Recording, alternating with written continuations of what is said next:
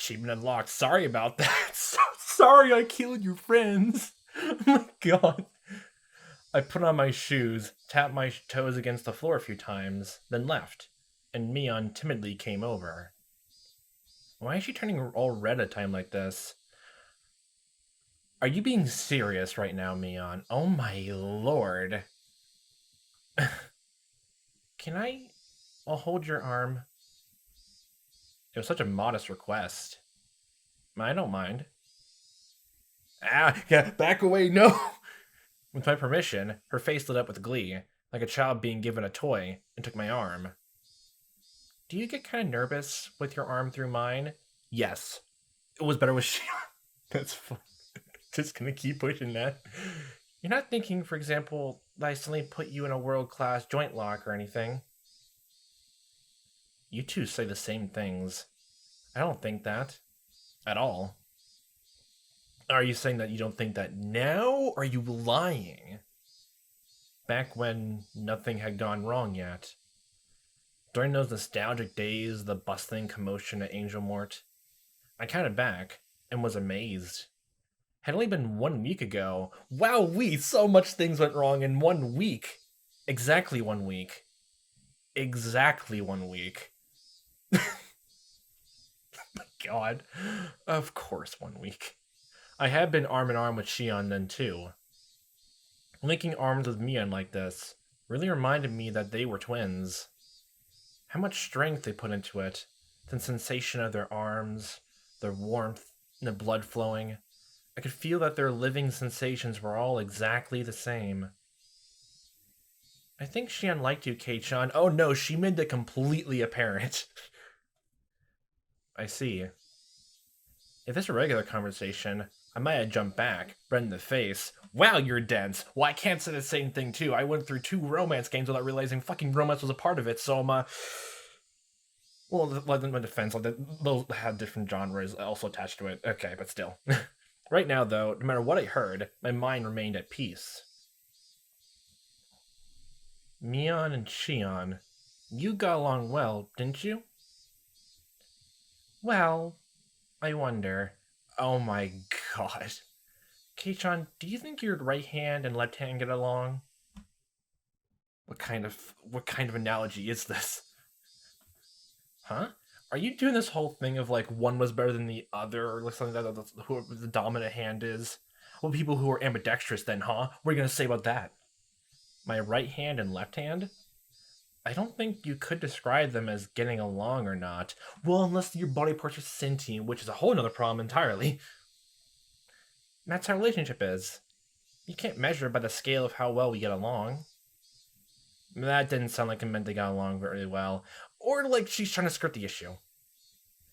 For example, one of your hands is dominant, so there will always be a better hand. If you only had one of it, you would put on your dominant hand without thinking, right? I think maybe it was like that for us.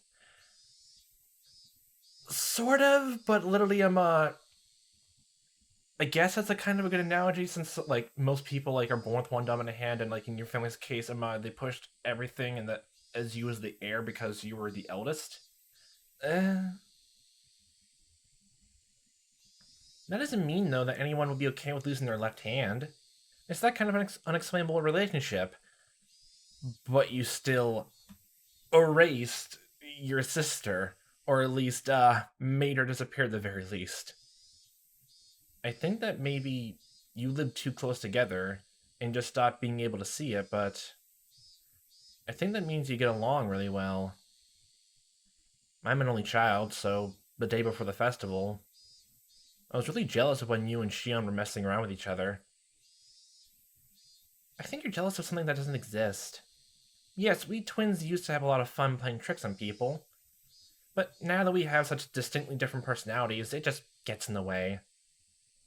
Were they cursed, or were they self-conscious? Nature versus nurture. Combination. Their relationship was hard to understand for an outsider. Maybe that was an issue something like me should intrude on.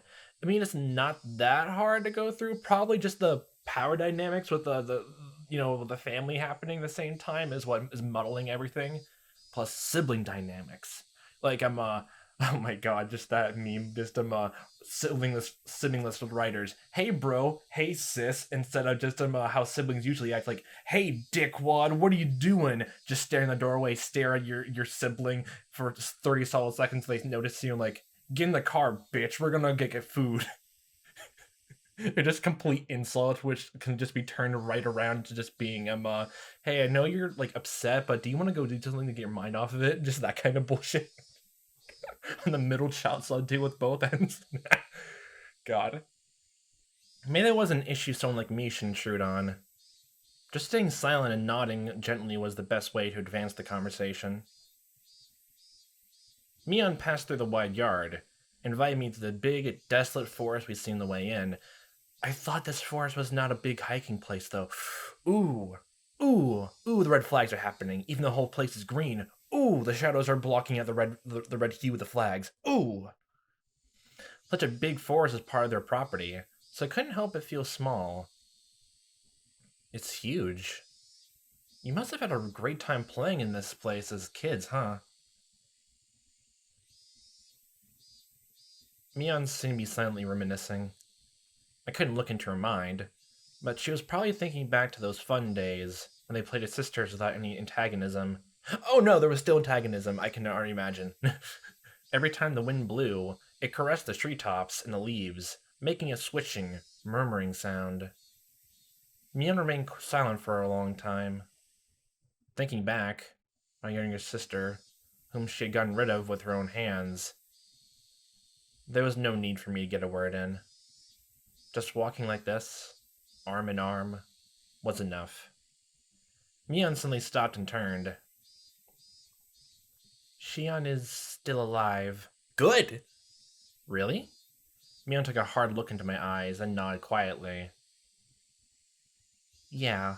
So basically, you lied over the phone and basically just said, "Oh, my sister is dead. But I was tell the truth that I killed Rika and the mayor, though. Definitely, I just kidnapped my own sister." My God. Oh my God.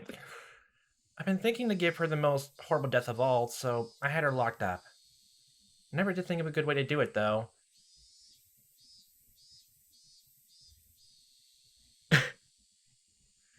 No comment. Mion sounded as though she hates Shion, but also deep down, she didn't completely detest her. I think we were having those kind of thoughts. I can't. She took my other hand and rustled Mion's hair with it. Mion didn't only save me, she saved Shion too. That's a strange way to look at it. Mion may have become a demon and led many people to their deaths. Look, here's the thing. Mion is giving demons a bad name. Stop it. But she fought against it and was able to save 2 people. As I petted Mion, she narrowed her eyes in a tranced smile. Oh crap, Keiichi's petting Mion's head. Oh my gosh, they're trying to distract me. Makes me more suspicious. Well, always like mysteries, yeah, all that. Most times, I do mean most times, like I think there's only been one movie which I've seen like deal this sort of thing, like basically reveal the answer upright, and the rest are just red herrings and make you think, oh, it's definitely not that easy. And yeah, but it was that easy. Well, those kind of moments are great. As I petted Mion, she narrowed her eyes in a tranced smile and untangled her arm from mine. Then, Mion quietly said, "Come with me. I want you to see all my sins. I want you to find the dead bodies." Although, Kei-chan, it might be the worst thing you've ever seen. Oh my god, were the bodies literally just around your house this whole time? I could sense it. There, I would probably find all the sacrifices up until now. And looking at them would mean accepting Rika-chan and Sadako's deaths, as well as accepting my best friend had done it. It's already happened, and it's in the past. Well, you're gonna see it in the present, so you can choose not to look, Kei-chan. If you don't want to, then wait here. I'll personally end everything.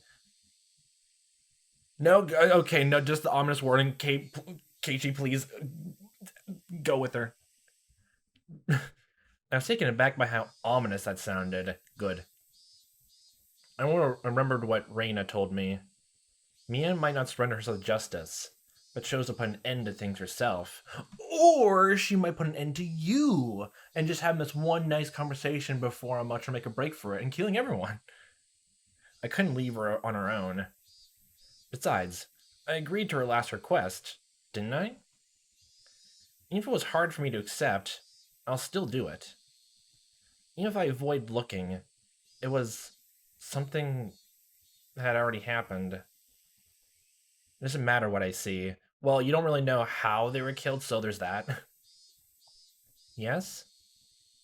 Mion Sonozaki is the best friend I could ever have. That won't change. It never will. The treetops softly swayed in the wind. You and Reina both. Why do you only get really cool at times like this? Normally I'd say something rude right back at her, evading the question, but today, I didn't. I just answered with a smile. At last, Mion started walking. Into the thick forest. Into the deepest part. Oh, that was this place. Oh my god. Oh my god. Oh my god. Oh my god. Is that Keiichi went mad in the first chapter because of this? Okay. After following a thin path that looked like an animal trail for a while, we finally came across a steep incline, the tunnel that reminded me of a coal mine or bomb shelter. We were surrounded by shallow hills that had been created in a spot not visible from the outside. There were many silhouettes of crows in the trees here and there. Oh yes, crows, best bird. That and ravens. Crow's better than no. The abnormal odor I'd been smelling for a while was doubtlessly escaping from inside this place. Yeah, this background looks so familiar. If you want to turn back, now's your chance. I don't know what kind of person Mion Sonozaki is to you. If you go inside, that Mion will probably change forever. She won't change. I'll say as many times as I need to. Are you just gonna blame her on the other Mion then? Is that what it is? Because you keep bringing it up like both this chapter and last? Mion Sonozaki is the best friend I could ever have. Wait, are you gonna blame the demon side of her? Are you gonna blame her genetics? Her blood? Oh my god. I clenched my fists. Inside there was probably a sight beyond anything I could imagine. If I let my guard down, I might end up vomiting. Even so, I'll endure it. I'll overcome this pain and this suffering. It will never change that Mion is my greatest friend. I'm nothing more than a demon, so I don't understand human feelings anymore. That's... you're just a sociopath then, or a psychopath then instead. I have a feeling, though, that I know why Mion fell in love with you. Why are you speaking like this, you? Don't say that like it's not related to you. You're Mion. You're Mion! You're not a demon. You're a human with human blood, and you're my friend. I like how you also just claim like demons are just folklore, but you're still going on with this metaphor. Mion made a gesture like she was wiping tears from her eyes, then placed a hand on the big door of the tunnel entrance. Into the mausoleum we go. The lock on it was dauntingly strong looking. Oh my gosh, Mion, was this always here, or did you change it like a day prior before coming here? It seemed to demand the appropriate resolution from whoever would enter, just like the ritual storehouse. When the double doors opened, a stifling rotten air and a bunch of winged insects came rushing out. Well, the police were looking around all around the forest and everything for that, then it makes sense why the police wouldn't find any here, because locked place, their property, they don't have a warrant, they can't go inside without probable cause. I remembered accidentally killing a hermit crab a long time ago by leaving its tank on the porch, and how intense the odor it left was. Did it die by the sunlight, or did you not feed it properly? If that was the smell of a corpse, then that's certainly what this smelled like. Inside, it was pitch black. but Mion flipped a switch that turned on a light bulb, illuminating the interior. The path turned into a series of intricate wooden tunnels. Oh my god, secrets! We passed spaces that looked like they were for storage. We passed places that looked like someone had lived there. And Shion is over there in the corner just waving at us. Hi! All this indicated that it had been used as a bomb shelter and stockpiled during the war. It didn't give an impression of a dugout bomb shelter that had just been left there, though. There was a sense of dignity, as though there were a second Sonozaki house constructed underground. Despite being in pitch darkness below the ground, the voices of the cicada were entering through an air hole somewhere, giving a very mysterious feel. Okay, now this screenshot, this little back thing right here. Now this is ominous. I love this. You saw what was in the ritual storehouse, right? The piles of torture instruments. All of them were created to uphold the strict religious laws of Onikafuchi village all those years ago. They were tools used to kill those who broke the laws in terrible ways as a warning to others. That was a long time ago. Watanagashi, originally a ritual meant as a deterrent, was once overseen by the three families.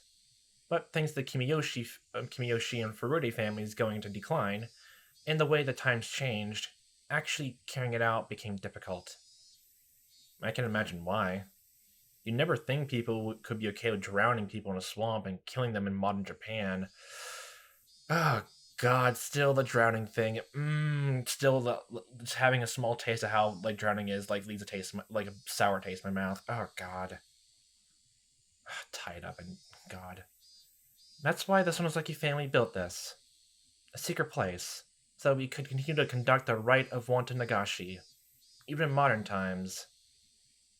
You built a bomb shelter just for this. Wow, nice hobby. Mian opened a large, strikingly different door, and inside was none other than a modern storehouse for ritual implements. My gosh. Hello again. There's quite a few, isn't there? Wow, looks almost exactly the same. My god, I know, but still. Some of them were actually brought here from the original storehouse. All the things there had been rusty and covered in dust, so they didn't seem that real. But the things in here were different. Every one of them had been well maintained, and kept in a state that they could be used right away. Blades gleamed and spikes were sharpened. Also, perhaps as a precaution for the splatter of blood, the walls and ceiling were covered in the kind of tiling you would see in bathrooms, and there was even a drain set amidst a slight slope on the floor. Nice, it's like a slaughterhouse. There was also a coiled rubber hose along the wall attached to a faucet, perhaps for cleaning up the splattered blood. Okay, now where is the peroxide and scrubs?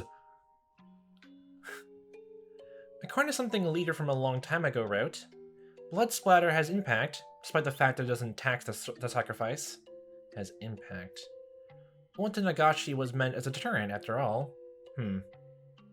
My ancestors thought up all different kinds of things to show off.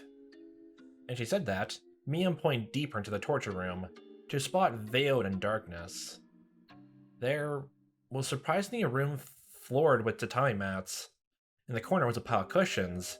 Man, you even do the con ritual all the way down here. Nice. There were seats for the audience. Watanagashi was meant as a deterrent, after all. It wouldn't make sense there were no guests. Morbid way of looking at it. I couldn't speak, and I couldn't think of anything to say anyway. Except that if Mian revealing all this to me made her heart feel any lighter, then I was prepared to listen for as long as I needed to. Right here is where I killed everyone. There were no spectators to watch me, but I did the Watanagashi very well. Did you actually use that serum to, I guess, knock people unconscious? Well, perhaps there was one spectator. Huh? A spectator? Oh, it was your grandma.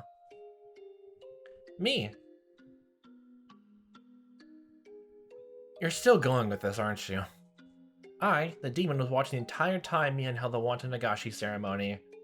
Okay, are you saying you, the human version of you, kill everyone? Look, like, you're mixing your metaphors so much here, okay? The human version of me killed someone. The demon is like, no, please stop, don't taint yourself. Don't blame the demon. Don't give the demons a bad name. Mian cackled in self-deprecation. It wasn't a nice-sounding laugh. Back there is the prison. Is Shion there? She nodded slightly. Mian's Watanagashi had ended today. I need to tell Shion that I was safe without a moment's delay. Red flags. After all, she was probably trembling in fear at this very moment, worrying about when she would be killed. The ostentatious door on the other side opened, revealing what must have been an incredibly expansive space based on the echo it made. Mian groped around in the darkness. A handful of naked light bulbs came on here and there. As my eyes adjusted, more and more the great cave showed itself in the faint light. The walls were bare rock surface. It felt so savage that bomb shelter was the most apt term for it. There were small, barred rooms built here and there, like holes made by insects biting their way through a giant piece of fruit. It was immediately clear that each one of them was a prison. Where is everyone? Mika-chan and Sadako. I think those last two are dead. Oh my god! This is like specially carved out. This is not even just like you made an entire room just for this. No, literally just bomb blast with dynamite, then just structured some of the rooms around the rock wall face. Their corpses? I grimaced at her, having said it so outright. Yeah, that's right. The poor things being left here in the dark like this. Things. Don't say it like that, Keiichi. I didn't want them to get infested with bugs, so I threw them down the well. The well? I'm sorry. The well. Okay. So I can't even see their faces in death. Once again, my feelings of regret at having confessed everything to Rika-chan came surging forth. If Mion had attached the word sorry to the end of what she said, I might have punched her. Calm down, Keiichi Maebara. You said yourself, no matter what, Mion Sonozaki is your greatest friend. Soma, do you like the demon side of Mion Sonozaki or the human side then? Yeah, my greatest friend. I need to hear myself say it out loud. Then came the clattering of bars in one of the cells deeper in. When I noticed it, I looked up as well. Shion? Is that Shion? Kei-chan? Is that you, Kei-chan? I went over to the cell. White hands were peeking out through the gaps in the bars. Did you feed her? It really was her. Are you alright, Shion? Hey, Mion, did you grab any tools when we were up there? Are you hurt? No! Shion's face twisted out of shape as she screamed. It was because Mion had appeared right behind me. Of course. Shion didn't know that everything was over yet. Calm down, Shion. I don't think she's gonna believe you then. Everything is already over. Not really. Everything. That's naive thinking. I spoke in as calm as a voice that could manage to try and soothe the agitated Shion. However, it didn't seem like it was getting through her screams. Shion? How have you been? No more, please! No more! I don't want to see anyone else die. If you hate me, then just kill me already! I'm the one you hate, right? Kill me. Kill me right now! Sis. Calm down, Shion. It's all over now. No, I think she's completely entitled to this. It's gonna be alright. So calm down. Hey, Mion, why don't you just, unlock the cage? Shion, who was screaming and rattling the iron bars back and forth, was truly in a frantic state. Yeah. I gave a slight shrug of resignation. giving way to Mion. I had realized that Mion was the one who locked her in here, and if Mion was the one that scared Shion this much, then Mion was also the only one who would put an end to this. Mion spoke from over my shoulder, quietly. Relax. I won't kill you. No, I won't kill you just yet.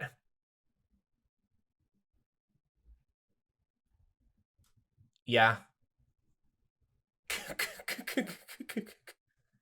She burst into a bizarre laugh, that trying to make Shion's madness even worse. Shion broke into a fierce shiver, brought on by that laugh, and rattled the iron bars as she wailed. Please stop! Don't kill Kei-chan! Kei-chan has nothing to do with this, does he? You're gonna kill someone, then kill me right now! I don't want anyone else to die! Yay. If you want to die that badly, then after I kill this man, I'll take my time making mincemeat out of you. In accordance to the ancient rites, I'll do it slowly, starting with your extremities. I'll shave you down and mince you. I had the mincing machine set up specifically for you, after all.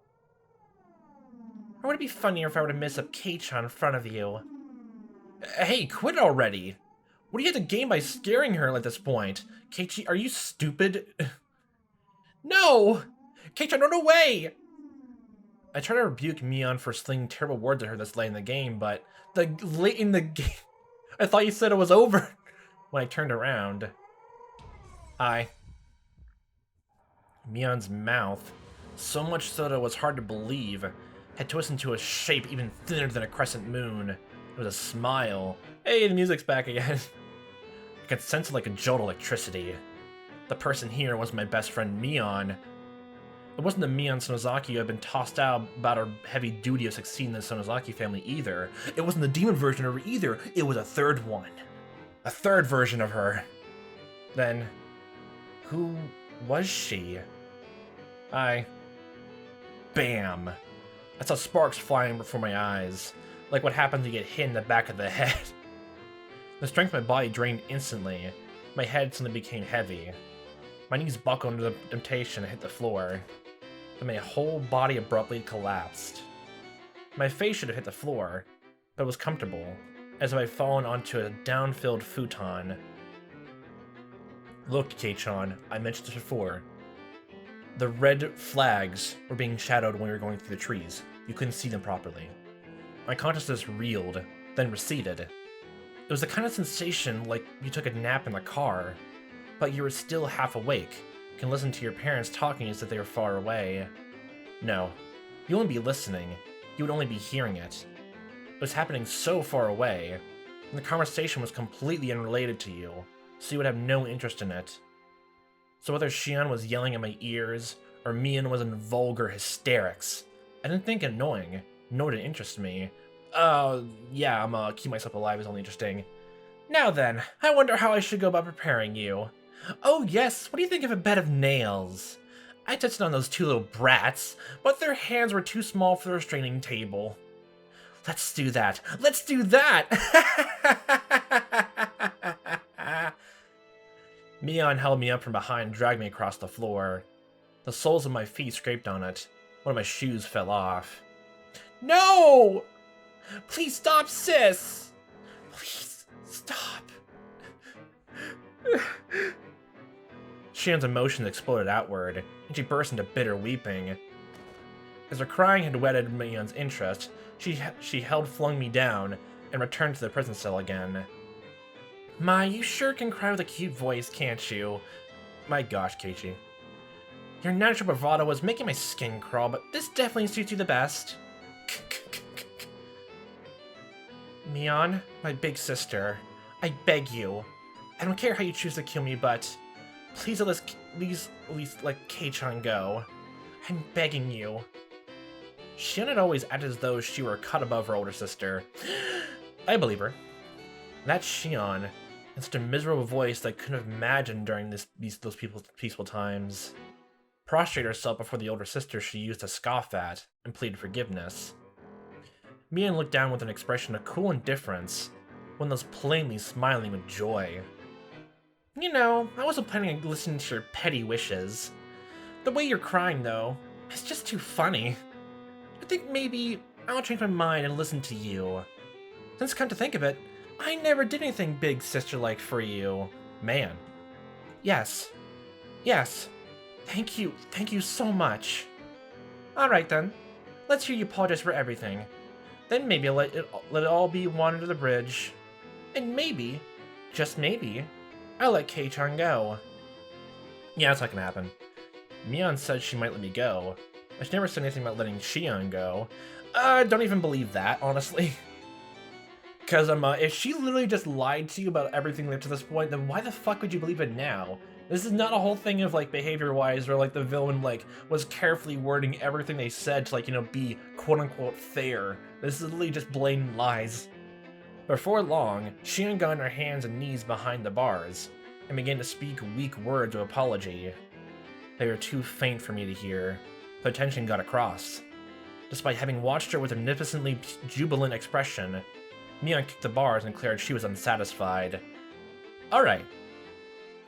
So, Reina, are you evil, or you like, literally made sure all this happened, even when the police are, like, you know, close by? Do you think you make up for years of grudges and hard feelings like that? That will just not do. I guess I'll make mincemeat out of you both, then. No! Wait, sis! One more chance, please! Just one more chance! Mion stopped and waved her hand again in resignation. Not because she had grown impatient, but only because she was taking delight in abusing Shion. Yeah... You can't apologize to my satisfaction anyway. I'll teach you how to make an apology that will get through to your older sister. I'm only gonna tell you this once, and if you get even a letter wrong, you're out. If you stutter, it's immediate death. Oh boy, I'm not gonna win. Got it? Yes. Yes. Thank you, sis. Shion's miserable voice cried out, having become utterly hoarse. The sensation tearing through my chest returned a little at a time. I realized it was feelings of anger bubbling up. Or did you grow out of your self-pity phase? I was slowly regaining control of my body. Just slowly, just pretend you're still lying down and you're completely incapacitated. Then we have a chance, skid across the floor, make a bolt for it. Grab a torture device upstairs. However, I was only able to feel my skin and my blood flowing in the moment. God damn it. I still couldn't voluntarily move my fingers. Did you memorize it? Let's hear you say it. Sincerely and faithfully, from beginning to end, with all your heart. If you can do it properly, then I'll only kill you. Yes, thank you. Thank you so much. My god, I hope she's not actually getting the Stockholm Syndrome here. Something was strange. Something becomes strange at some point. Until just a few moments ago, I was sure this had been Mion, but my god, Keiichi. At some point, she becomes someone else. She just turned a dime, like when you just ran to the bar cells, that was literally it. The Mion I knew well would never do something so nasty like enjoying trampling all over someone's dignity like this. Well, you haven't learned about it, but she was terrible at the club from the beginning until she started to play dirty. So, there's that. Now, let's hear it. Your big sister is listening closely. Shion Sonozaki is... When I ran over to Shion's cell earlier, had the real thing been swapped out with a fake right behind me? Are you being... God damn it, Keiichi. Anyway, this couldn't possibly be Mion. Shion Sonozaki is a lowly, worthless soul, not fit to even lick her big sister Mion's feet. When I think of the countless times I've been rude to my big sister, without knowing my place. Yes, that's a spirit. I'll permit you to say a little more now, okay? Oh my god. Blood circulated through my whole body now. My numb senses were returning. Just a little more. Shion, keep it going. While Shion is still holding Mion's... No, that thing pretending to be Mion's attention. Hurry up! I reflect on how impertinent I've been, and swear loyalty to my big sister Mion for the rest of my life. So,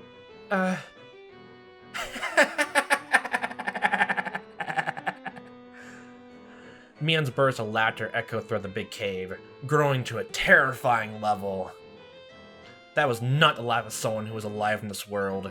It was none other than the laugh of a demon from the bowels of the earth. She laughed from her stomach until she grew tired of it, and stopped smiling suddenly as if snipping a wire. Alright already. That was funny enough for me. I didn't think you'd throw away that much of your pride. Mm-hmm. That was plenty enjoyable. Mion began to drag me again, after I finally got feeling my body back, and pulled me towards the torture chamber. Sis! Only kill me! Please forgive him! Don't worry, alright? I'll be sure to kill you real good. After letting you get an earful of Keiichi's screams, that is. No! After dragging me to the torture chamber, she skillfully strapped me into the restraining table. Before I knew it, I was sprawled out in a bound. She forced open my hands, with which I couldn't even make a satisfying fist, and tightly restrained each one of my fingers. She fastened only my hands, my fingers at that, tied with hinges and locked them in place. Sis, don't kill him. Sis! The door to the big cave where the jails had been left open, so I could hear Shion's cries of mortification the entire time. Well, this is a predicament. Can you hear it, Shion? I'm gonna get started now. Please, enjoy Keiichi's yelling screams. Give it a fucking rest. Oh, don't swear. A feeling my body returned. The first action I took was to tell off that thing that looked like Mion. Awake at last, are we? I lied before, you know, about having wanted to give Shion the most miserable death of all, but locking her up because I hadn't thought of a good way yet. That was a lie. Mion brought over something like a toolbox. From inside it, she removed a large metal hammer, and next to that, she began to line up what looked like a long, strangely shaped nails, whose ends had been turned to hooks like the kind you'd see in a harpoon. I'll let her hear the screams of all those people that died because of her, and as they soaked into her very soul, then I'll kill her. Wow. I've got pretty good taste, huh? Who are you? Oh, Mion Sonozaki. Huh? I'm Mion. Mion Sonozaki. Has that fear driven you crazy? Yes, several times. No, you're not. There's no way you can be Mion Sonozaki. Keiichi, you innocent pure being. Stop. Mion snorted, continuing her preparations for the more horrifying torture. I see. And if I'm not Mion, who am I? I swear to God, Keiichi.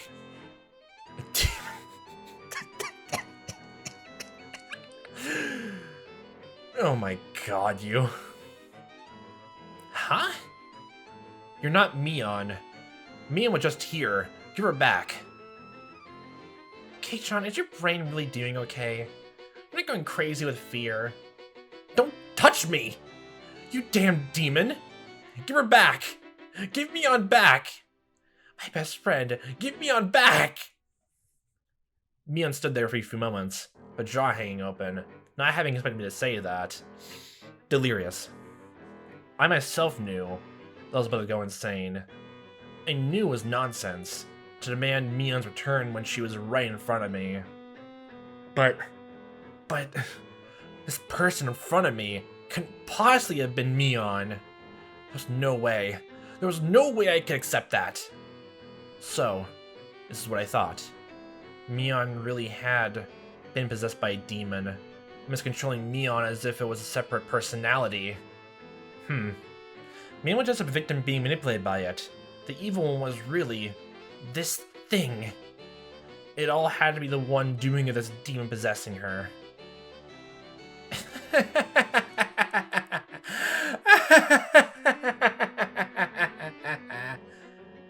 When Mion heard that, she started to guffaw, laughing so hysterically that she started to cough and almost choked.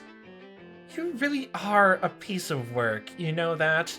Well, we already knew that from the very beginning. In this very moment, Mion Sonozaki is trying to kill you, and you're trying to reject me. I never knew there was such a funny person in all the world. If you want to laugh, do it all you want. No matter what you say, though, I won't accept that you're Mion. There's one thing of, like, it's just weird. Give her back. This isn't a thing of, like, you know your friends for years at a time, and then, like, when this whole happens, then they have a some personality.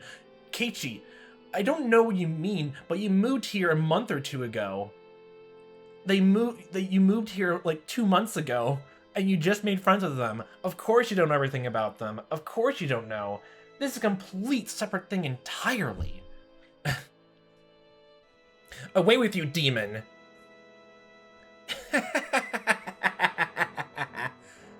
Kei-chan, are you trying to kill me by drowning me in my own tears? No matter what, I wouldn't lose the laughter of hers. I shouted loudly. I shouted from the bottom of my heart, so the real Mion, trapped inside the Mion I saw in front of me, would be able to hear.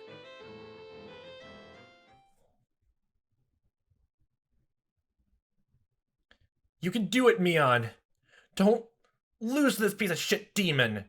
You're strong! Show me how strong you are!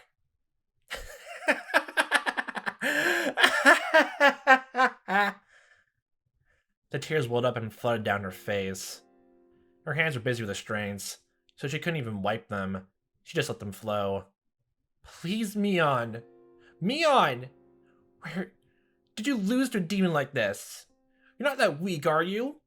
Don't lose. Fight! Fight! Mion, desperately enduring her laughter, pressed one of the long nails that tipped my left pinky. In her left hand was the hammer. Oh, nice! Oh, we're doing the slow route. Oh my god. At her side were a dozen more nails. I could tell what she was about to do, but I wish I couldn't. Even so, I couldn't afford to be scared. No, this is definitely truly just like, well, if you're being right about the whole demon thing, like, yes, then like, torture even when you know all is hopeless, or like, late to the point of, like, I hate you all people, then yeah, this goes the way of just torture, and then even though you're in the ropes, I'll go with that, but still. That was why I shouted. Oh, my sides hurt like they're about to split. Is that all? I'm gonna get started now. Be sure to give her some good screams for her. Not only am I torturing you, Kei-chan, I'm torturing Shion as well. Why? Why would you? Mion! Then I wept. Only sobs came out. They weren't an acceptance of the torture about to be performed, however. They were tears of regret that Mion had lost the demon. Look, even if like here's this thing, like, I would believe you if like if that was true by the end. I would believe you right now, Keiichi. I would believe you if like literally if you knew them way longer than just a few simple months. I would believe you wholeheartedly. But not now. Not ever. Yet a small change had occurred in the Mion in front of me. Her heightened excitement was draining little by little. By the time I realized it, the one in front of me had returned to being Mion. Kei-chan, this may not be something pleasant to take to the grave with you. You really seem to want to know, though, so I'll tell you just one thing. I didn't know if this was Mion, or just a display of momentary humanity the demon had recovered. A long time ago, before the demon came to live inside me, it was gnawing at my heart, trying to spur me to violence, but I suppressed it with my reason. That slowed the demon down, and I got to thinking it had gone away somewhere. As it turned out, I was wrong. It hadn't left me, it had just gone to sleep. I noticed that there were tears from your eyes. Man, you really want to keep the parallels going. The demon woke up again due to a certain small opportunity. What do you think The opportunity was. That taboo. You saw the torture devices. Let the inner badness out. Oh. There was a sad, yet reproachful light in Mion's eyes. Do you understand? I don't. I don't know what gave the demon the chance to beat Mion. This might be strange for me, a demon to say, but you're the reason everything got so messed up.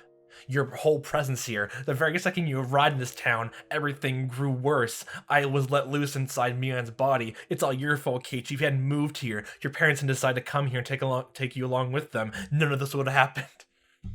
My god. The tears welling up in her eyes spilled downward all of a sudden. At the time, if you had given me that doll you got without hesitating, maybe everything wouldn't have gone so twisted.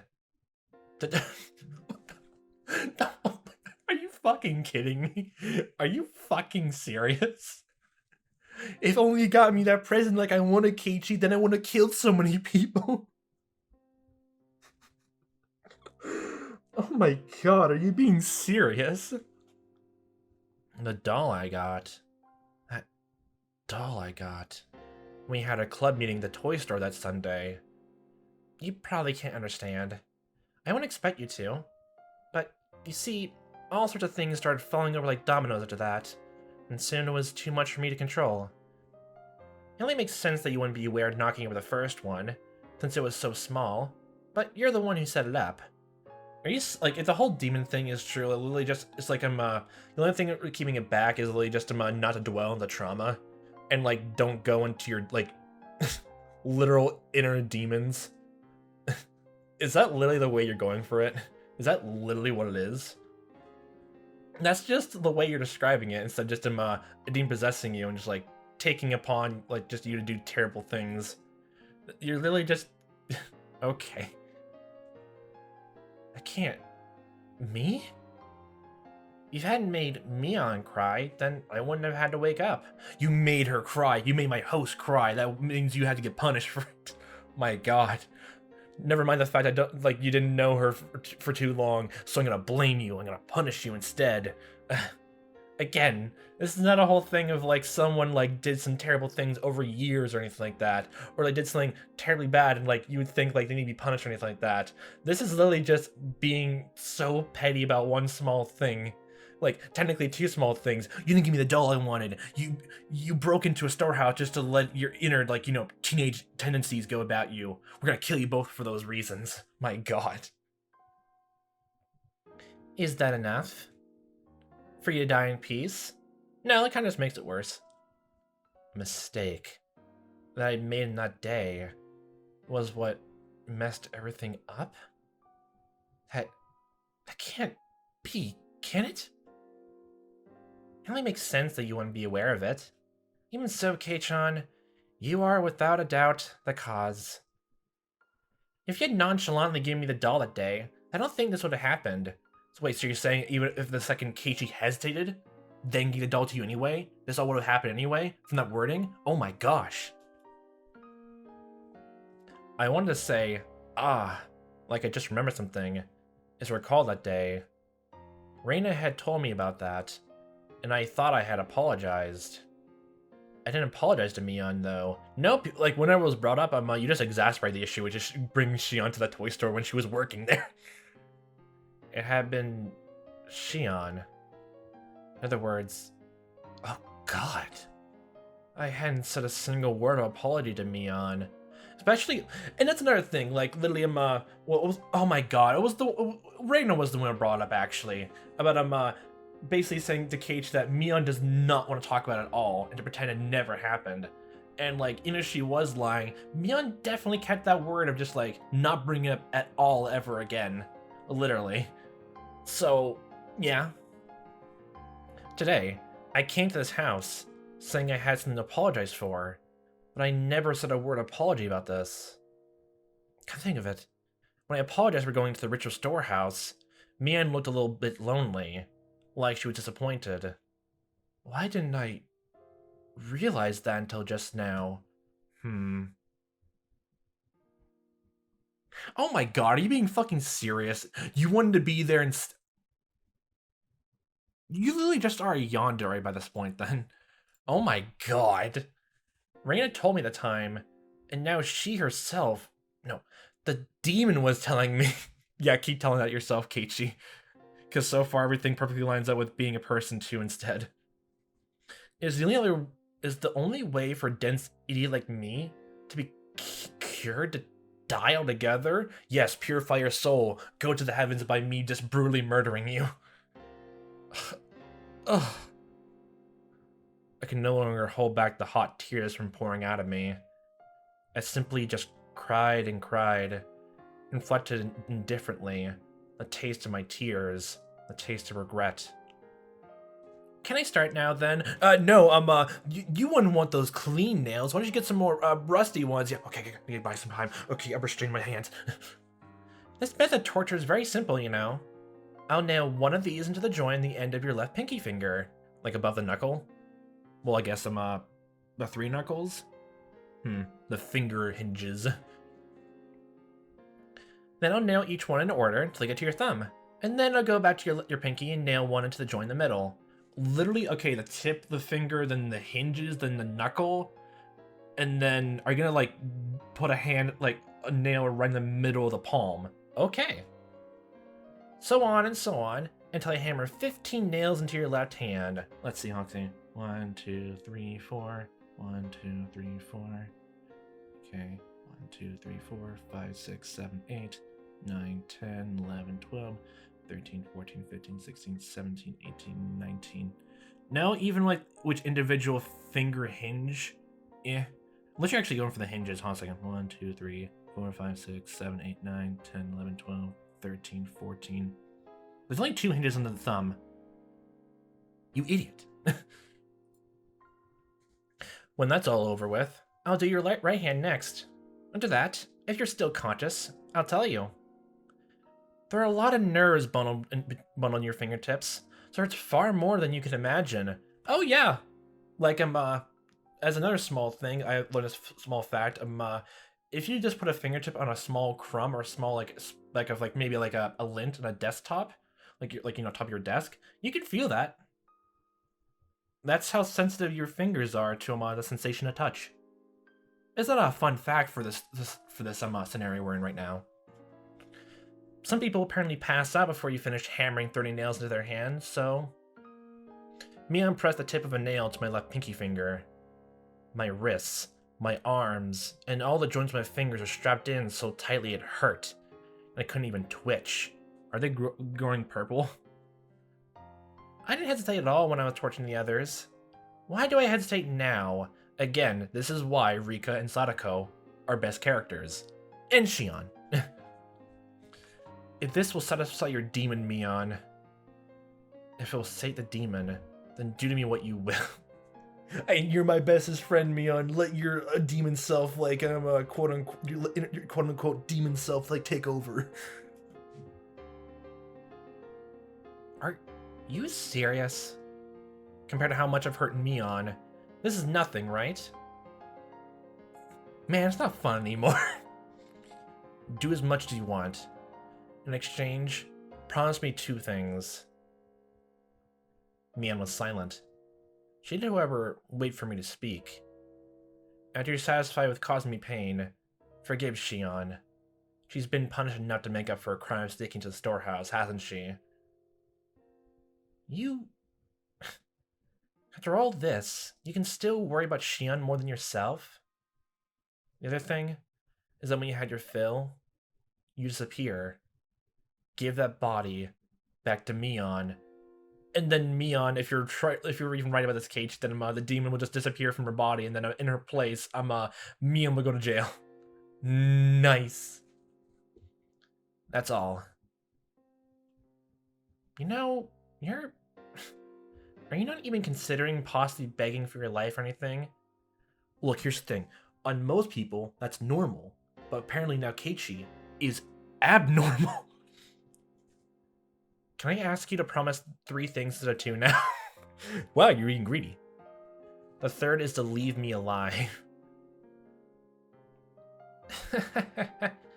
You said 2 in the beginning, didn't you? So you can't have any more. Oh, That's a shame. In such an abnormal situation, Mia and I laughed quietly together, as if sharing a stupid joke. I probably won't keep those promises, understand? I'm a demon after all. Yeah, keep telling yourself that. I guess there's nothing I can do then. Oh, woe is me. Put a hand to my forehead. Wait, my hand is unrestrained. Slap! I recall tightening my hands in a fist when during the pain in the dentist's office. Right now, though, they're open all the way to my fingertips, so I couldn't even grip them. Or just clench your feet. That's better. So instead of tying my toes, oh wow, look at that! That's what I did. Okay. Do it. I prepared myself already, so do it. You waiting like this to hammer the nails and it's scarier. It's going to diminish my readiness after all. Mian put down the hammer and gently stroked my cheek. Oh god, I'm getting flashbacks. Ah. Kei-chan, I'll agree to just the third thing. Okay? Huh? My third wish. To save me. She'll agree to it? Your first wish. To save Shion.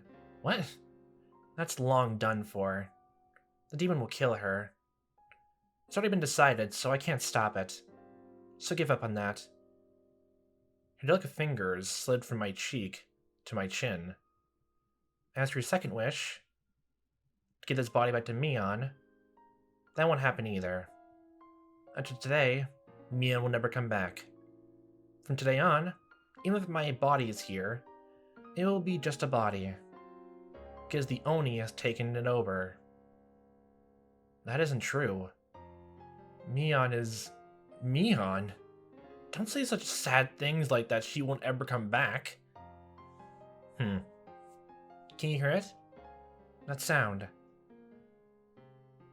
Mion gently closed her eyes and listened. I definitely heard it as well. Slam. Slam. The dull noise are repeated at fixed intervals. A low noise accompanied by vibrations. Oh, hi, police! A lot of people are ramming the iron doors to this underground ritual storehouse. You're late, so Reina probably called Oshi. That spaced-out girl being so quick-thinking was the one thing I didn't anticipate. Okay, so, like, it's definitely trying to put more supernatural stuff. But also, like, it's all written out to be so much wave, like, between these two chapters, then the causing point of, I guess, like, the whole curse thing, is slow and almost unnoticeable then. I'll agree with you there. Mian grinned like she'd been outwitted, then took something that looked like an electric razor out of her pocket. When she pressed the switch, pale blue sparks flew out with a snapping noise. You've probably never seen one before, right? A switchblade? Oh my gosh, that's illegal in Japan. How long is it? If it's longer than, like, 6 or 9 inches, then, you're going to jail for a longer time, Misty. It's a real stun gun. Oh, it's not. Okay. It's illegal. Its output has been increased quite a bit. Was that what you hit me with before? That's not a toy children should be playing with, you know. Why are you chastising her for this right now? You're right. You seem to want to use a stun gun on me. Go to sleep. Unable to move, I felt her press the cool lump of metal to my neck. Slam. I heard a roar, as though they broke into the first large door. The halls were a bit complex, but aside from the door to this very torture chamber, there was nothing in their way. They were slowly coming. I won't kill you, but I will have you go to sleep for a bit, Kei-chan. Oishi will be here soon. This will only hurt a bit. Feeling the same shock as before, gritting my teeth isn't going to help much, but I clenched them tightly anyway. However, just as she did when she was about to hammer the nails in, she hesitated a little. I cracked open my tightly closed eyelids. I'm sorry for disgracing Mion. I'm sorry for disgracing Mion. The demon is like, I'm sorry that I done this to her. I'm sorry, Kei-chan. Oh my god, just joke face. Okay. I made a promise before coming in here. Whatever happens, the me inside my heart won't change. Look, forget about that. If you ever see me after today, don't come near me. By then I'll be the demon that inherited my corpse. What are you talking about? Just as I try to say that, much stronger light than before shined, and like a television being switched off, my consciousness went black. Well.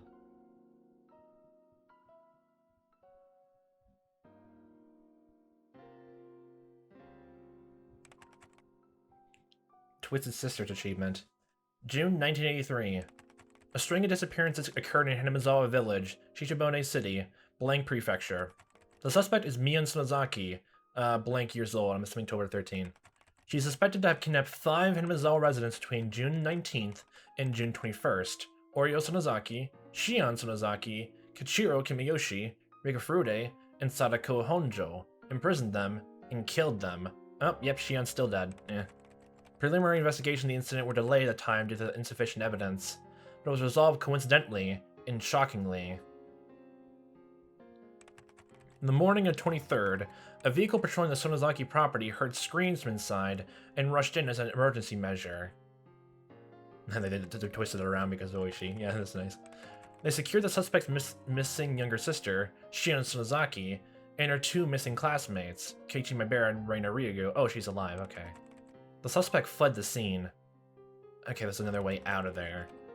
Deep in the detached basement on the Sonozaki property, which is believed to have been used to kill those who disappeared, we discovered hair, flakes of skin, blood, etc. of the other 4 missing persons, Oryo Sonozaki, Kichiro Kimiyoshi, Rika Furude, and Sadako Honjo. We conclude that the missing persons were tortured in the torture chamber. However, their remains have still not been found. At one of her imprisoned classmates' advice, we continued searching the detached base in the Sonozaki property, which was where they were imprisoned, believing that they were there. However, we still have not located them or the suspect's escape route. In addition, investigations are continuing as to her participation in the serial freak death incident of recent years, thinking it would give some clue. But no evidence that Mion Sonozaki was involved, either directly or indirectly, has been found. There are still many unclear points as to the motive behind the incident, and as those of the Sonozaki family and the residents of Hinamizawa have been extremely uncooperative in assisting us, we expect to require a long time to clarify them. Oh boy. Are you being, like, okay, I know, like, all you people, like don't like the police in their town because of the bullying and discrimination that happened to you, but oh my god, like, so many, like, people went missing and died because of one of your number's hands, and you're like, no, they didn't do anything wrong, no, stop. Again, this is not even, like, again, I'll harp on that point even more, still, it was torture, plain and simple. It wasn't even, like, in the moment aggression of, like, you know, killing someone or self-defense. It's not that. Why do you people... that one person slighted against everyone else. Oh my god, is the ritual that ingrained into the whole village? Oh god. And that logic, I felt like that's what the thing actually would cause, like, Keiichi to actually get his throw, like, you know, a scratched out same thing Tomataki, then literally the whole town is just cursed to be in, honestly, just the second you step foot into it, or like you lived in there a substantial amount of time, then you get possessed, or you go with the crazies. Again, my god. Ugh. The opinion of a local officer knowledgeable about the region is that this may have been a lynching, an internal form of punishing sacrilegious acts carried out against the beliefs in Hinamizawa village. It is clear that these incidents are particularly rooted in this region, and the prefectural police department has ordered a cautious investigation. We anticipated gaining valuable clues from the missing person believed to have been in prison for the longest time, Shion Sonozaki, the suspect's younger sister. Her mind was stricken by the grave after effects of the incident, and she has not been in a state of mind to properly answer any questions about what she knows. Yeah. The psychiatrists conclude that she's in a temporary state of shock, but it doesn't seem hopeful that she will recover today either. Today. She'll need to go through a lot of therapy. Only a few days passed since that time. After that, I was rescued by Oji-san and subordinates, whom Reina had called in. Hi, Keiichi. Aside from my entirely blank state of mind, I had no external injuries. The most I had was a small burn mark from where the stun gun hit me. As I was having a checkup in the hospital, Oishi-san asked me all sorts of things. I don't really remember what he asked, or how I answered him. From what I heard, surprisingly, Mion still hadn't been captured. Oh wow, this is like the first incident with the ritual thing all together now. I wonder if that's implying then that everyone actually did get possessed by all that. There are apparently a great many hallways and smaller rooms extending out from the depths of the prison. It wouldn't be strange that she had fled to one of those and hidden herself. Yeah. Like you still like the police are still like taking a good way to like look through it. If that was the only entrance, then she's still hiding and trying to find a good way to strike out. So like the police should just keep someone stationed in the front entrance at all times until they weed her out, scour the walls, touch every single brick and cobblestone to see if there's a secret passage somewhere, like in all those movies. Well, this is definitely not a movie, right? This is real life. My gosh. The one fortunate aspect amidst all the misfortune was that Shion had been safely secured by the police. When I last saw Mion, it seemed like she was going to take me with her and then kill me. She probably didn't have enough time to, though, since Oishi-san came running in faster than she predicted. That was the only really fortunate thing to have happened. Of course, the rescued Shion, despite having no external wounds, now had a big, deep wound in her heart. She was in a severe state of confusion when they rescued her. Apparently, she bit the police officer trying to resist. Just from the way it's going, like, I'm actually sort of glad it's actually going a supernatural route now, because honestly, like, I'm still firm in the belief, like, it's people and then with the curse. But it definitely seems to lean towards the curse. But like, after every backstory like given to like, trying to like tease or hint at the supernatural element, I am actually so glad they're going to the supernatural side a bit now. I'm actually really glad because after the whole thing, the torture storehouse and the whole thing with them, the transcendence and like demons and humans mixing together, that sounds so cool and intriguing. Honestly, that sounds really cool. I'm so glad about it. Even though like they're definitely leaving some mysteries open. Ooh. And it seems like just from the sound of like if we're believing everything that that quote unquote Mian said, then literally then the people like I guess the demon possessing people literally just takes a hold of someone through like their I guess insecurities or literally just through things which they were struggling with inside of them, or just like insecurities or literally just as I mentioned before, and like what is the other word? The word just like things you're trying to store in your head, like cognitive dissonance or anything like that. Something that leaves a gap or something in your mind, I can imagine. Something where you're struggling with, and you can't slot the pieces into place in your brain. God, it's terrifying. Oh boy. She said she was in a severe state of confusion when they rescued her, and apparently she bit the police officer trying to resist. Oh, God. My God.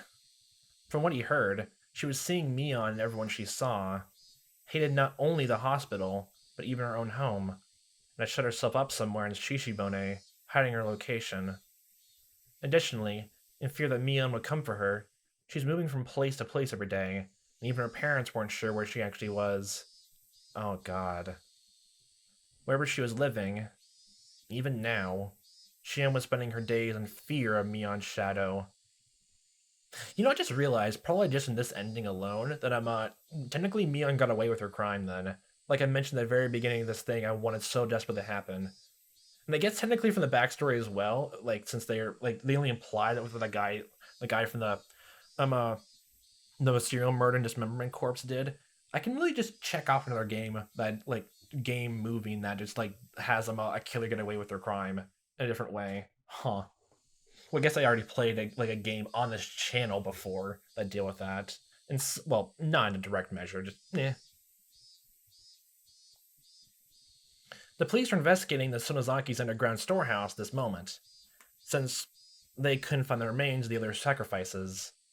Hadn't Mion thrown the corpses into a well? I had a feeling I'd said that to him. I meant a hidden tunnel, vertical like a well, was somewhere in those underground passages.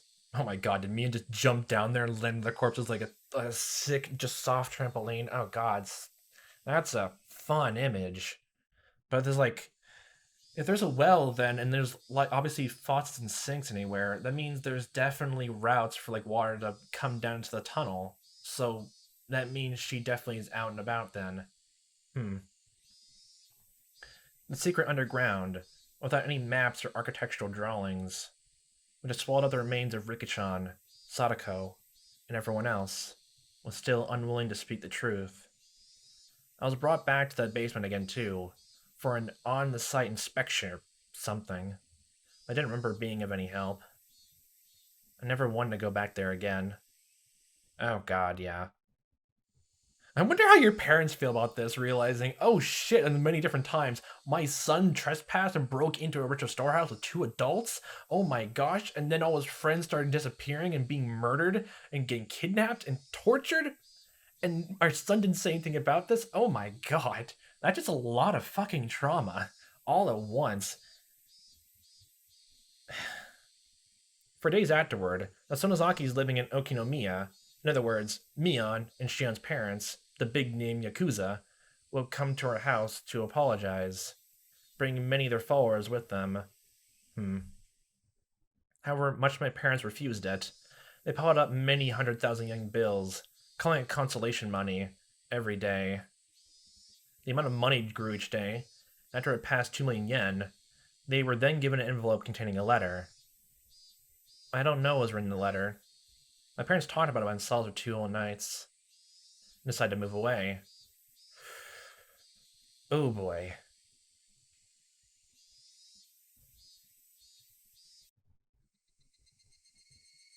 Hi. My god. Holy shit. I see. You're moving, huh? When? At the end of the next month. I won't even be in Hinamizawa for half a year. Yeah, you said you came here a year ago, but no, you're only here for a month. Holy shit. That's a lot of fucking trauma. In just a short amount of time, it's plagued this whole town. I'll be lonely. I'm the only one left. Don't worry, you can play the demon club, like, at club activities all by yourself now. Oh my god. Okay, wow. Okay, my excitement. Okay, I'm bashing everything. Oh my god. Reina smiled sadly. If I had just said, yeah, I thought it would make her even more lonely, so I changed the subject. Well, here's something to think about. That's how I broached it. Mion hadn't exactly fled, but had been deemed away in the truest sense of the term. Where she went after she disappeared, that we didn't know. What was there? Where had she disappeared to? I hoped there was a hobby shop dealing in imports, the kind Mion liked. In that place, she would definitely be free from the burdensome fetters of her family, and live not as Mion Sonozaki, but as just Mion, and enjoy herself. Maybe she's already met up with Sadako and Rika-chan.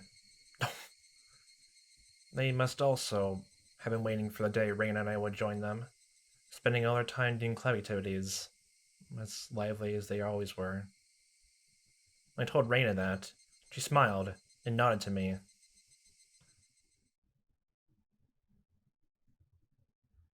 The incidents that Sonozaki family had been trying so hard to hide, too, were exposed in magazines from this single tiny seam. The serial incidents of recent years were all pulled up like a long vine in the ground, one by one, and for many days, news was brought up on talk and variety shows. The shows, which were comedic and silly, never once tried to touch upon the grim, heavy history that Mion had been bearing. I'd be mad to see them bring this stuff up in jest, but there was nothing I can do about it now. It's journalism, dramatics, and all that. Like, dark things sell, but there's some things even people don't want to touch upon. Their own taboos. How big an impression would these short few weeks I spent in Hinamizawa have my life? Probably for the rest of your life, I had to guess. During these few weeks, I met my best friends, had the best experiences of my life. I'll probably never forget it as long as I lived. As to the distorted image of Mion that the media created, After the masses got tired of treating her like a plaything, they would ball her up, throw her in the trash, then she would fade from their memories. As one of the few people who knew the real Mion, must always make sure I remember her. Same way, like you mentioned before, just same way in the hill in the night, that people are slowly gonna forget about the victims, which is so sadly true. In some cases with serial murders and all that, they just get reduced to a number. Beyond any doubt, that would surely become my offering to her. The sky reached so far up, and towering calamitous clouds floated through it. The real summer was just before our eyes.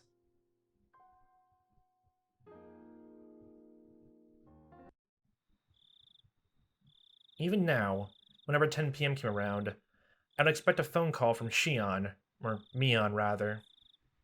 Now that everything was over, of course, she would never call me.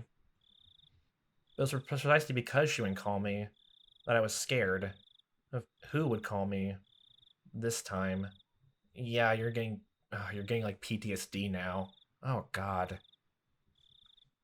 Plus, Mion still hadn't been caught.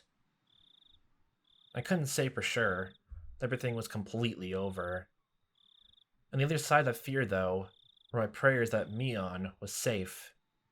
When I thought like that, I was able to sleep, even with such terrifying thoughts. The lights were off. Before, her attacking when the lights were off was something that scared me. However, the feeling changed to regret within 2 days. Wow, you really just want to see her break into your house and like, Mion, you're back. I came to kill you. That's fine. Oh my god, oh my god. Holy shit. The moonlight filtering through the gap in the curtains shone onto the desk and illuminated a doll. That's right. The doll that I should have given to Mion that day. She said it was an import from England or something, and was all the rage, didn't she?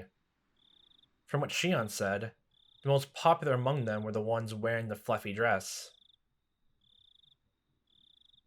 After being released in the incident, the first place I went to was a toy store. Everything was apparently sold out besides the things in the storefront displays.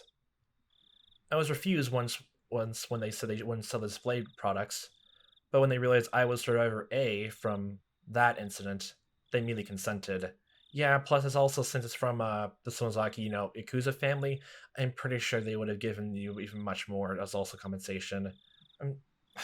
Probably just from the context of it, we're never going to learn what the letter is besides the context clues, but I'm either, like, just in the sound of it, because the things and everything about that, they're probably like the Sonozaki family, like, their mom and dad probably just mentioned that the town probably hates them, or like now considers them outsiders because of the storehouse front, because of Keiichi like breaking into the ritual storehouse, and then just a warning, just leave before anything else bad happened before next year, when the next festival takes place, and it all starts over again like a cycle, going around and around in circles.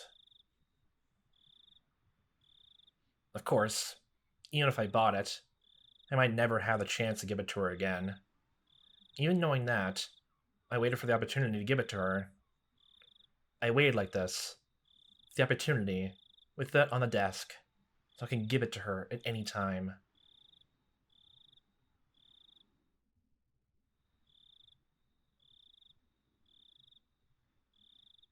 Plunk.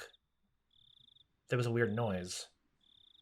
It was a noise I wasn't used to hearing. It was too big to be raindrops. It was completely different from the sound lost bugs make when they ram into fluorescent lights.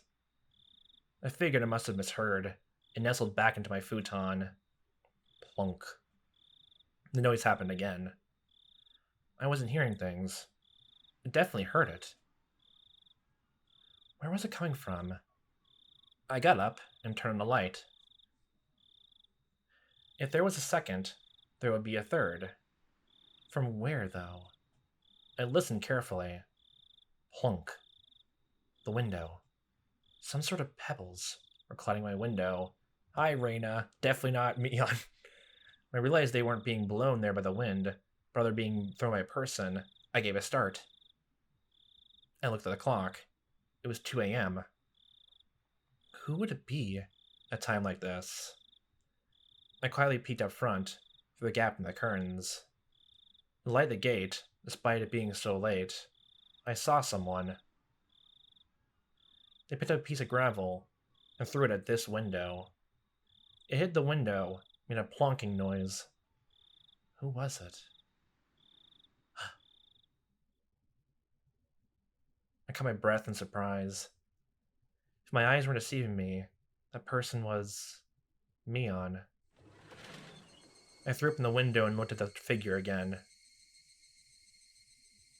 My eyes certainly weren't deceiving me. It was Mion. It was Mion. She was alive. Mion pressed her index finger to her lips and made a shh motion so I wouldn't shout. If she hadn't, well, I was nearly about to cry out. Mion was in a very delicate position right now. Even if it was the middle of the night, I shouldn't call out her name. I waved to her, gesturing that I would be right over, flung on my coat atop my pajamas, and flew out the door. Okay, sorry about that. I waved to her, gesturing that I would be right over, flung on my coat atop my pajamas, and flew out the door. I quickly hit the brakes just before going down the stairs. Although happiness was sprouting through me, I had a sad feeling that this would be our final parting. Most likely, after all this. I still hate her, though. Honestly. Well, the writing is really good. Honestly, really it is. So I went back to my room again, and grabbed the doll. If there was a god, I don't think I would have ever thanked him as much as today. Even if it would be the last time we ever saw each other, I was so grateful for this one chance to give it to her. I slipped into my sandals, unlocked the door, unhooked the chain, and leaped out of the house. Mion! It's been a while. How are you? Been doing alright? It was like how we used to meet every morning. Mion waved to me and responded like she always did. It was doubtlessly Mion. Here. Right here and now. It was the real Mion. Are you alright hanging around this place? I really shouldn't be. I'm just probably just going back and forth on a word, flee from the scene of the crimes and all that. Oh my God. She certainly wasn't acting like she knew the police were following her, tailing her every move. It was almost like she was a patient who had gotten tired of staying in the hospital and snuck out. My God. Her speech was relaxed enough to make me think that, and I couldn't help but be surprised. That relaxation, I thought, was more like Mion. I was happy for it. Anyway, what's wrong? What do you need this hour? I want to talk to you one last time. That was when I noticed them. On Mion's forehead were big droplets of sweat. Her expression, too, which I thought would be a satisfied smile, was upon closer inspection trembling slightly. I realized that she was forcing it. Oh boy. Well, I can't stay for any longer. And pain knows being into her words as well. Wow, guess I was right. I do hate her. As though just smiling was a feat for her. Are you alright? You're not feeling well? Your faith in people is a weakness at this point, Keiichi. I tried so hard until now. But I can tell. I'm done. This is my limit. There. If I come up behind me, take me away. Mian's smile crumbled and sort of stiffened. Did she push herself this much to come all this way for me?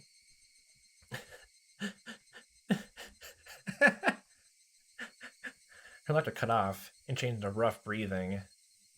I reached out to rub her back, but she knocked me away. Are you okay? Don't force yourself. Oh, that's right. I had something to give you, Mion. This doll. I had wanted to do this one last thing, because I knew how little time you had left. This last thing, it's... Ugh. Well, I realized it.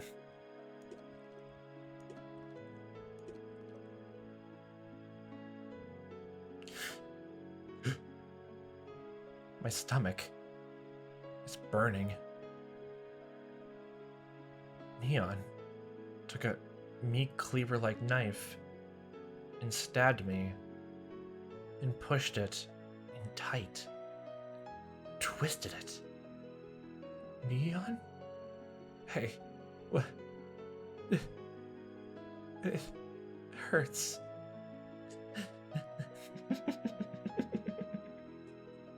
Made it. I made it. I made it!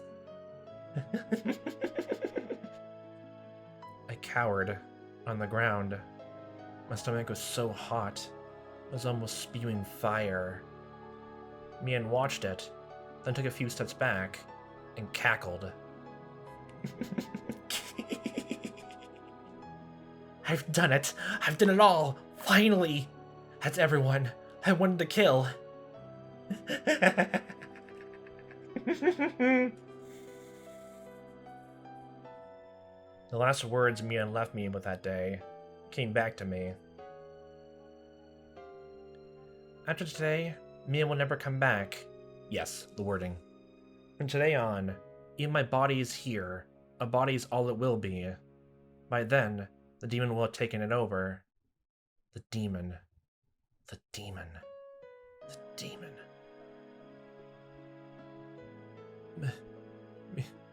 What? The eyes. This can't. I thought we had finally been able to meet. This can't. In a pool of my blood and my own design is a doll I bought for Mian. Dyed in red. So much red. Mian. The good fortune of having been allowed to meet Mian once more, and the misfortune of that meeting had been torn apart before my eyes. Should I be grateful or curse it? My emotions were neither of those, as my consciousness sunk deep into a black swamp. The doll I bought for Mian, the blood had ruined it. No matter how I scrubbed and scrubbed, had needlessly been ruined. Ruined. The sad moon was so white, it looked frozen.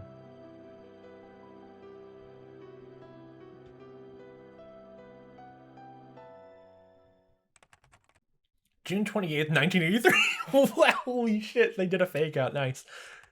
A violent incident occurred in Hinamizawa village, Shishibone City, Blank Prefecture.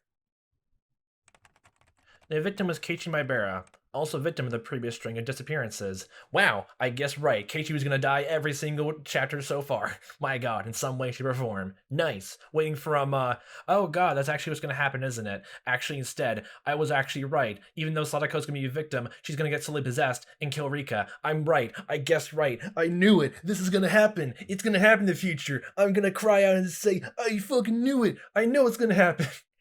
The victim was Keiichi Maebara, also a victim of the previous string of disappearances.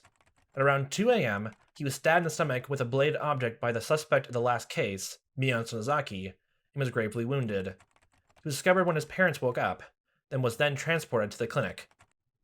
He escaped death. The criminal fled the scene. Oh, he's still alive, actually, wow. The same day, at approximately the same time, a fatal accident occurred in a Chemistry apartment complex in Shishibone City, Blank Prefecture. The victim was Shion Sonozaki, also a victim of the previous string of disappearances. Really trying to chase everyone down. Late the same night, neighbors overheard her having a big fight with someone and informed the manager. Manager used a master key to enter the room, discovered the victim had fallen from her 8th floor balcony to her death. The room had been torn apart and appeared to show traces of a fight.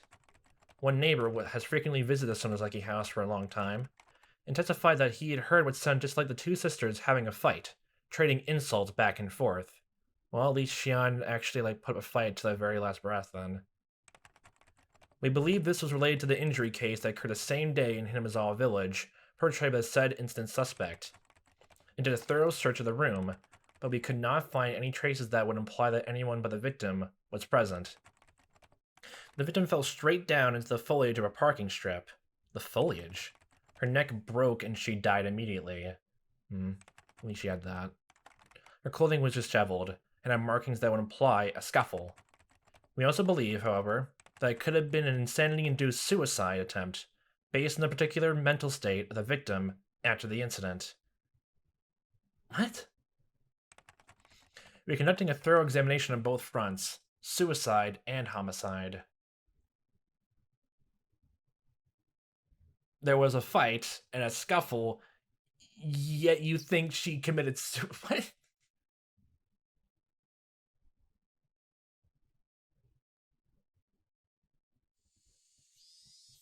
Hello. Oh my god, this is a keep going and going. Wowee. It's really good, but still. Yeah, her clothing was scuffled. I mean, in Dancy's. It could have also been people heard some of a fight happen, but no, it could have just been a suicide attempt. That was all. Only for 5 minutes. Understand? Please try not to excite him. Please try not to overexcite him. Yeah, just had several attempts in your life and you're still alive and kicking. Don't worry about it. Don't worry about it. Yes, I'll be careful. Oh, hi. Oh my god, you're still trying to... You're gonna interrogate him about why you were outside your house. Oh boy. Oh, you have a mini fridge in here. Noise. Ka-clack? The door opened, and as I expected, Oishi-san came in. Probably to interrogate about exactly what happened and made you get him get a butcher cleaver to the stomach. Hello, Maebara-san. It's been a while, hasn't it? Tell me, how have you been since then? The doctor says my post-operative recovery seems to be going smoothly, but I think I got worse when I saw your face. Yes, the sass, Keiichi. Yes, you're learning. You're learning so well. You're learning. Amazing. I'm still like, definitely Miana is gonna come back and just like try to kill you again in the middle of in the night of the hospital by this point. Like Lily, that slay was just enough. Oh boy. you wound me. As Oishi-san gave a laugh that smelled of sweat. What? He handed Mom a bag of assorted candies he must have purchased from the souvenir corner on the first floor of the hospital. Oh yeah, your mom and dad are here, and unless some of the hospital doesn't kick them out, then I can just imagine they'll just be standing, just sleeping in this room with Keiichi after so many near-death experiences he had and people going missing in the town. Oh my god, I would probably do that too. Excuse me, Mrs. Maebara. Would it be possible for me to talk to Keiichi-kun for just a few moments? We can't allow him to be alone for right now. Mom clearly wasn't pleased at the thought of a police officer talking to her son without her there. Yeah. However, I insisted. Mom, sorry, just please, a little while. Just 5 minutes, okay? Though grudgingly, Mom left the room, stopwatch in hand. When she closed the door, Oishi-san grinned widely and looked around the room. A room to yourself. How high class. Wow, just like how my room was back in Hinamizawa. Wow. Wowee, I know, right? Yeah, high class privileges. My old lady always gets a shared room, you know. It is quite lively, however. Feels like you're high rank if you have a worse disease in places like that. The sicker you are, the prouder you are. Or maybe the more arrogant. Probably that because you care less about what you say and what people think to you. Also the same way closer to death anyway. Oishi-san, we only have 5 minutes. I would like it if these were the last 5 minutes we ever saw each other. I'm gonna move to the other side of Japan after this hospital visit is done. I don't have any connection to Hinamizawa anymore. And this isn't in Hinamizawa anymore either. Yes, because there aren't any general hospitals in Okinomiya. Mind if I take a seat? Let me go. Okay, you just asked a question, I do it anyway. Okay, fine. This is a large university hospital in Shichibone City. Oh, connecting university, okay. It was splendidly urban, entirely different from the likes of Hinamizawa and Okinomiya. It was hard to believe Hinamizawa was part of the same city. When does it look like you'll get transferred? Don't know. I'm ready to go whenever, though. Our moving plans were delayed a little because of my serious injury. No wonder. My parents had already left the house in Hinamizawa, though, and were living in a new one. They plan to have me transfer hospitals to be closer to the new house once I recover enough to be taken there. Please don't come to where I'm transferring. I really will get worse then. The sickness will continue. Man, you really do hate me. I wonder why. It may be just my job, but that stings like a wasp. That's why I brought you all kinds of lovely souvenirs in atonement. You only gave it to my mom, though. You didn't need to bring a assortment of cookies for that. Oh, cookies? I swear. They better be good. Well, you see. There weren't actually cookies in there. What? Look. Oshi-san pulls open the can of cookies and... Ow! Ow, I'm stretching the scar. I didn't know what you're into, Maebara-san, so I brought all sorts of things. See? All sorts of cute-looking ones, from westerns to comic strips. Oh, you got them. Oh, nice. Lately, they have this sort of H-manga into girls, too. Don't bring porn. What? Take it away and go home. Ow, ow, ow, ow. Oh my god. I thought for sure how the young person like you'll be feeling a little needy being caught in a place like this for so long. What the fuck is wrong with you? You stay here too long, the only fetish showing up as a nurse one, you know. What the hell? Okay. There are plenty of other beautiful things in this world besides nurses, after all. Oh my god. Don't decide what to major in now. Keep your options open. What? You need to be a more all-around type of person. What the fuck? I gave Oishi-san's vulgar laughter a pained grin. Why even entertaining this? Somehow or another, I understood. The fact that Oishi-san was bringing it up like this meant that he must have something important to talk about by bringing a minor porno magazines. Okay. The incident with Shion-san really was unfortunate. Yeah. The night I was stabbed by Mion. Well, I'm still, at least when Shion fell out the window, like, she died instantly. It wasn't pained or she didn't sever her spine and be going on a wheelchair rest of her life. Oh boy. This won't be that painful. God. The night I was stabbed by Mion. Shion fell from her balcony and died. And I got some time to think about that even more. There seemed implying as well that well, there could be a scuffle or literally maybe Shion actually was being possessed, and it was she was fighting back against it. Then she fell out the window. Whether it's because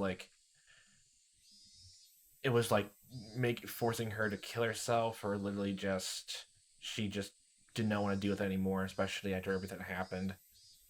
Oh boy. I wonder if that's the whole thing, because they're definitely almost making it certain it's demonic possessions, and especially with what we learned of Reina leaving home and still having a sudden change in personality right then and there.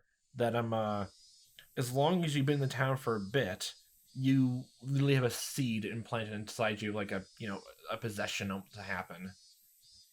What's gonna happen to Keiichi then? Oh boy, that'd be something. Just one of these chapters. It's Keiichi who's slowly getting him possessed, which I guess in some way that was technically in a roundabout way could have what happened in chapter 1. There's just some Keiichi suddenly just feeling a presence behind him, and just in terms of everyone else around them, that Keiichi was acting so off to them, changing so quickly and suddenly, and then in the end him clawing at his own throat. But we didn't see anything of Tomotaki doing that, unless there's something like that happening. I guess we only know that Mion was definitely directly or indirectly involved with whatever happened the last few I guess the curse incidents with people dying, some from a handrail, some and all that. But I'm trying to think how should be connected indirectly then. Was she there around the time when I guess Rika's family got sick? At least her dad, I assume, got sick, and then yeah. Shion fell from her balcony and died. They said the police were investigating all possibilities: accident, suicide, and homicide, but it could only have been Mion's doing. the exact same time. That was what was specified, so... Mion found out where Shion was hiding and pushed her down to her death. But it was exactly the same time, then like simultaneously. If like you knew what time it was, Keiichi, then like Mion was definitely there and stabbed you. And if she was not in Hinamizawa at all, that means she was just being possessed there. Unless you get the time wrong, and then literally just Mion just stabbed you and then went after Shion, then ran. Because also there was a whole thing of like Shion and Mion's voices sound similar, so in the witness thing make it sound like similar to the two of them fighting. So is it really just the exact same demon, or like just doing the same thing? Nothing else was conceivable. It couldn't have been an accident. It was Mion. It had to be. The criminology guys are saying it had to be a suicide, but I am of the same opinion as you, Maebara-san. She pushed Shion-san and also stabbed you. In one night. Has Mion still not been found? Oh, that's right. That's what I came to tell you today. Yes, we actually did find her. And the music has been found. Okay, I'm assuming she's dead then. What? I'm assuming she thought she got Keiichi then. Ow, ow, ow, ow. Learning that felt rather strange to me. I was partly relieved that the incident was truly over, and I was partly sorry that my best friend had finally been caught. I felt many other things too. My heart was a maze of emotions. That's not all. This one is Lucky House Catacombs. Oh, she was found there. We found a hidden well. Oh, you finally found it. As he said, Maebara-san, we found the remains of all those who disappeared at the bottom. I see. That silver of hope, a possibility I had believed in, that Rika-chan and Sadako were alive, just from the fact that the remains had been found, now gone. It was incredibly well hidden in those catacombs. I mean, it wasn't the blind spot of another blind spot. It was a vertical tunnel, dug out like a well. There was a ladder set up there. We went all the way down. There was another tunnel built there going through it. We followed it a few hundred meters. We found ourselves at the mouth of an old unused well in the mountains. Was that close by to where Takano's body was found in the oil drum? Why make a show of those two dying then, though? Probably because, trying to scare, Shion and Keiichi at that point then. Oh boy. I wonder if it was a secret escape route a previous Sonozaki family leader had built. Probably was. Maybe it was made in the Meijing era. Still, I'm impressed they built something like that. So everyone's remains were at the bottom? Yes. Even deeper down than the escape path, there was a pool of coal tar. She threw them into tar. They'd been casually thrown into there. Okay. They had fallen from a fairly high spot, so the remains were totally buried in it. Took a lot of time and effort to pull their bodies up. Did you find them all? I hoped that they at least wouldn't find Rika-chan or Sadako. That's what I wished for when I asked. But my shell of hope was crushed in a blink of an eye. Yes, all of them. In fact, we also found human bones we think are over a decade old. We think there were at least 3 people, as well as the dark side of Hinamizawa's history. I wonder how many people's bones we'll find when you stepped out of the mud. It's a scary thought. Either those are people who, vanished over, the curse, or literally just, very, very old bones when the catacombs and the shelter were still in great usage, possibly. That weight had been pushing down on Mion's shoulders the whole time. Mion. We've currently identified people who disappeared from Shishibone City decades ago. We were talking about how this opportunity might let us resolve the disappearing persons cases that have been abandoned. Oh god, was Satoshi in there? Is that literally one of his bones? Oh god, they do death records and find out it's him. Oh god, oh no. Oh, Sadako's chapters next, chapter 3. Oh god, I feel like I'm gonna get depressed all over again. No. I'm just having this big old thing of like, that's where all is gonna happen if not Rika's in chapter 4. Oh boy. Oh god. People are talking about how this opportunity might let us resolve the disappearing persons cases that have been abandoned. After a deep silence, he breathed a heavy sigh. Oichi-san went for cigarettes to pass the time, but realized this was a non-smoking area, so he gave up and put them back in his shirt pocket. Oh, right. This is a bit of a detour, but you know Rika Furuti-san, right? Oh, what's about her body specifically? Of course. She's my friend. Did she ever tell you anything along the lines of her regularly taking insulin injections for diabetes? Oh. Hmm. I guess this is the reason why she went to like the market in the first chapter, I guess. But like, why is that important? Rika-chan has diabetes? I didn't know what he was talking about. I don't know the specifics about it, but why is that important? Actually, we found her skirt pocket. A syringe. Oh. It was destroyed though, so we couldn't identify the medicine. It was a bit out of place, so I got interested. So everyone has this syringe then, if Mion could find it. Like, Mion has it, or Rika has it. It's literally just the three families again. The three families, like, know what the syringe is for. Like, what? Again, like, they're bringing it up again, so it's definitely more important. You really don't know anything. Not in this timeline. Finger guns. I didn't know anything about Rika-chan carrying syringes around with her.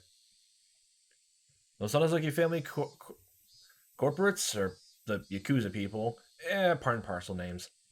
Anyway, there's rumors that they deal in psychostimulants. Are you gonna bring up, like, meth and just the poppy, like, the opium poppy you brought before? I think that might have something to do with it, too. Are you trying to tell me that Rika-chan is a drug addict? Oh my god. No, not at all. That is what I'm saying. It just seems strange how we look at it, that she'll bring a syringe with her on her way to get soy sauce.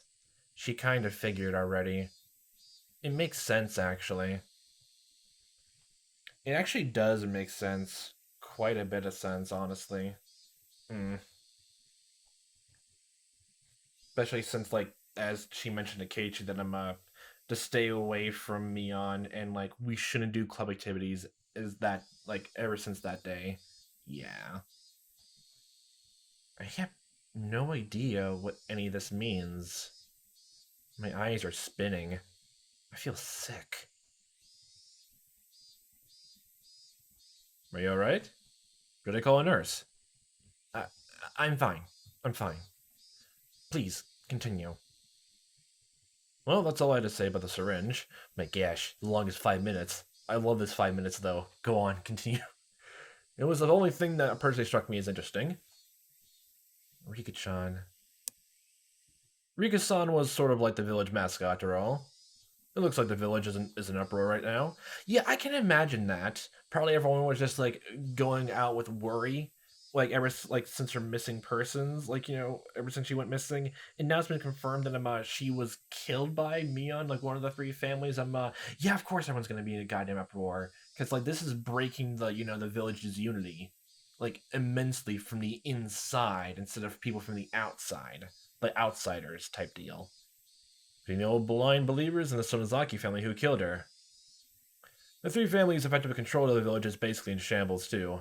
Well, the mayor is basically like gone. I don't know if there's any they probably have their own staff to help with it, but like now at this point, like the mayor's dead. Rika was the last surviving member of the Furude family, and like already like Mion's grandmother and Mion's grandmother's dead, went missing, as we was already hinted at.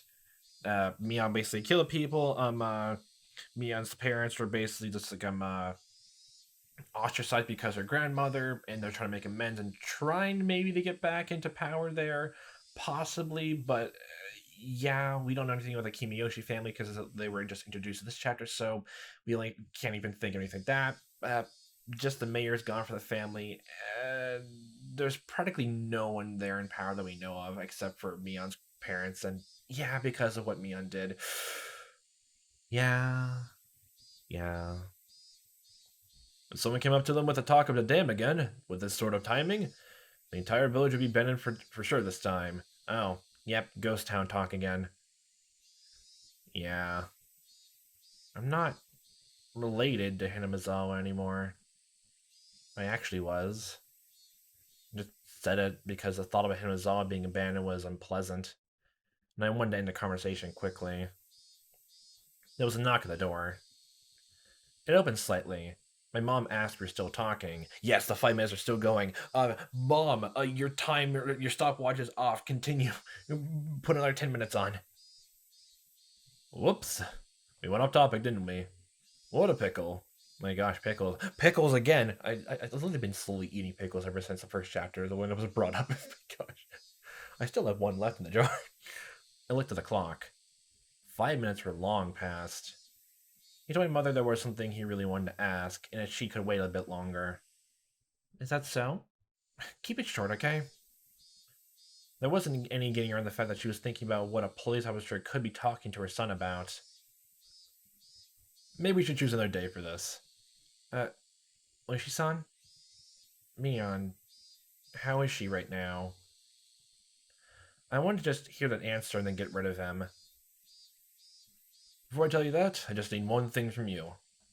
I just need you to answer something in all honesty. What is it? I am dreading the question already. I want you to take your answers. I want you to take your answers seriously. Got it? Okay, that's a new face. Okay then. If you say something indiscreet, it could be viewed as an obstruction of the investigation, and you could be prosecuted. Oishi-san kept threatening me until the end. Yay. What the hell did he want? Maebara-san? Who do you think the criminal was who pushed Shion from the balcony? What? Keiichi already answered that. What do you mean? There's no way it could be anyone but Mion, is there? Then who was the one who stabbed you? You're going with that then. Yeah, okay, Shion's been possessed. Please don't make me say it again. It was Mion. You know what makes it even worse now that that theory actually comes into play a lot because if Shion when she was born because of the whole thing with her parents being indiscreet and all that and Mion was picked out to be the eldest in the heir and Shion was decidedly pushed away from that because past traditions of place. Shion would be living outside of Hinamizawa for her whole life. But then since because of the kidnapping, she was placed inside Hinamizawa for extended days at a time. So then the curse of the town, or of just demon possessions and all that, could just plant themselves inside her, and then all that. Oh God, literally just being in the presence of the town is literally just enough. Man, ugh. It was Mion Sonozaki. Oishi-san smiled bitterly, then dabbed his forehead with a handkerchief to wipe his sweat. He should have expected an answer. And yet it looked as though he wasn't satisfied with it. She pushed Shion and stabbed me. Didn't you just admit yourself that Mion was the criminal? Yeah, he was lying. He was trying to get more information out of you. What, is there something that proves that Shion went all the way from her apartment to where Keiichi is? Oh God, that's even worse than if she if somehow Mia managed to find a way to pretend to be Shion this whole entire time and evade detection now. Oh God, that's even worse. Oh, and because Shion kept moving around places because of her paranoia and she was pushing people away. Oh God. The evidence we have that Mion killed Shion is based on testimony from the man living next door. His neighbor is actually a member of the organized crime group. In other words, he was Shion's bodyguard. Oh, it was that guy. I forgot his name by now. The person we met after Shion took Keiichi home. After Mion and Shion were confirmed to be twins. He seems to be the veteran leader in the vein, and was like a parent to the Sonozaki sisters growing up. That man said this. The noise he heard from next door was just the sound of a fight between the sisters that he was used to hearing when they were still lived together. And no, there was no doubt about it. So like either like the real Mion, like Mion and Shion were there like physically. Oh boy. But like if there was a fight then, and if they're trying to do this whole thing of like somehow like they couldn't tell apart like I guess like the hairpins and all that, like I don't like yeah, they can't really tell them apart besides how they do up their hair. Hmm. He said he heard Mion and Shion insulting each other, and heard them struggling. At first, though, he thought it was a hallucination she was having, brought on by her dementia. You see, he thought that because that sort of ruckus had been occurring every night. However, that night had been longer than the rest, and he claimed that he went to her room to give her a sedative. The noise died down when he got the manager to give him the key. He'd already decided that he'd at least check up on her. After she wasn't answering his calls, they took the plunge and locked the door. Then they saw the room was a mess. Since she had been pushed over the balcony, they decided it had to have been Mion there, and that's how it happened. Was there no other entrance, no other way to hide in that room then? In other words, he only heard from the other side of the wall. Most because the apartment complex connected to their organization, it doesn't have many residents. Oh, it's probably bringing up the fact that Mion like pushed Shion over the balcony, then like left while the bodyguard went to get the key. That's literally probably what happened. And since there's no other residents around, they couldn't be just there to stay in guard or anything like that to see if anyone left the room. Yeah, it was like perfect in and out. But if it happened every single night, but if it happened longer than the rest, So they're the only ones who heard it happening. To reiterate, there was only one person who witnessed Mion Sonozaki. Even if he didn't see her, that's isn't it obviously Mion's doing? Now settle down, settle down. This is what I'm saying. It means you're the only one who saw Mion Sonozaki for sure last night.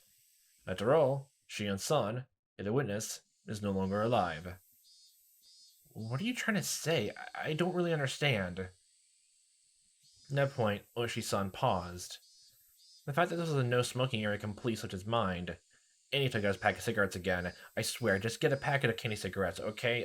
Learn from tennis. from tennis guy. Kerchenk. He lit one with his lighter. Mom bursts in. Don't you dare smoke around my son! And just throws a stopwatch at his face. and exhaled a long stream of tobacco smoke. Were you really stabbed by Mion Sonozaki? Yes. There's no doubt about it.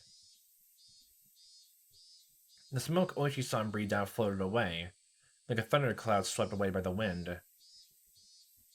Oishi-san, you can't smoke in here. I don't understand, like, why, like, what would be the point of all this of, like, swapping bodies, then?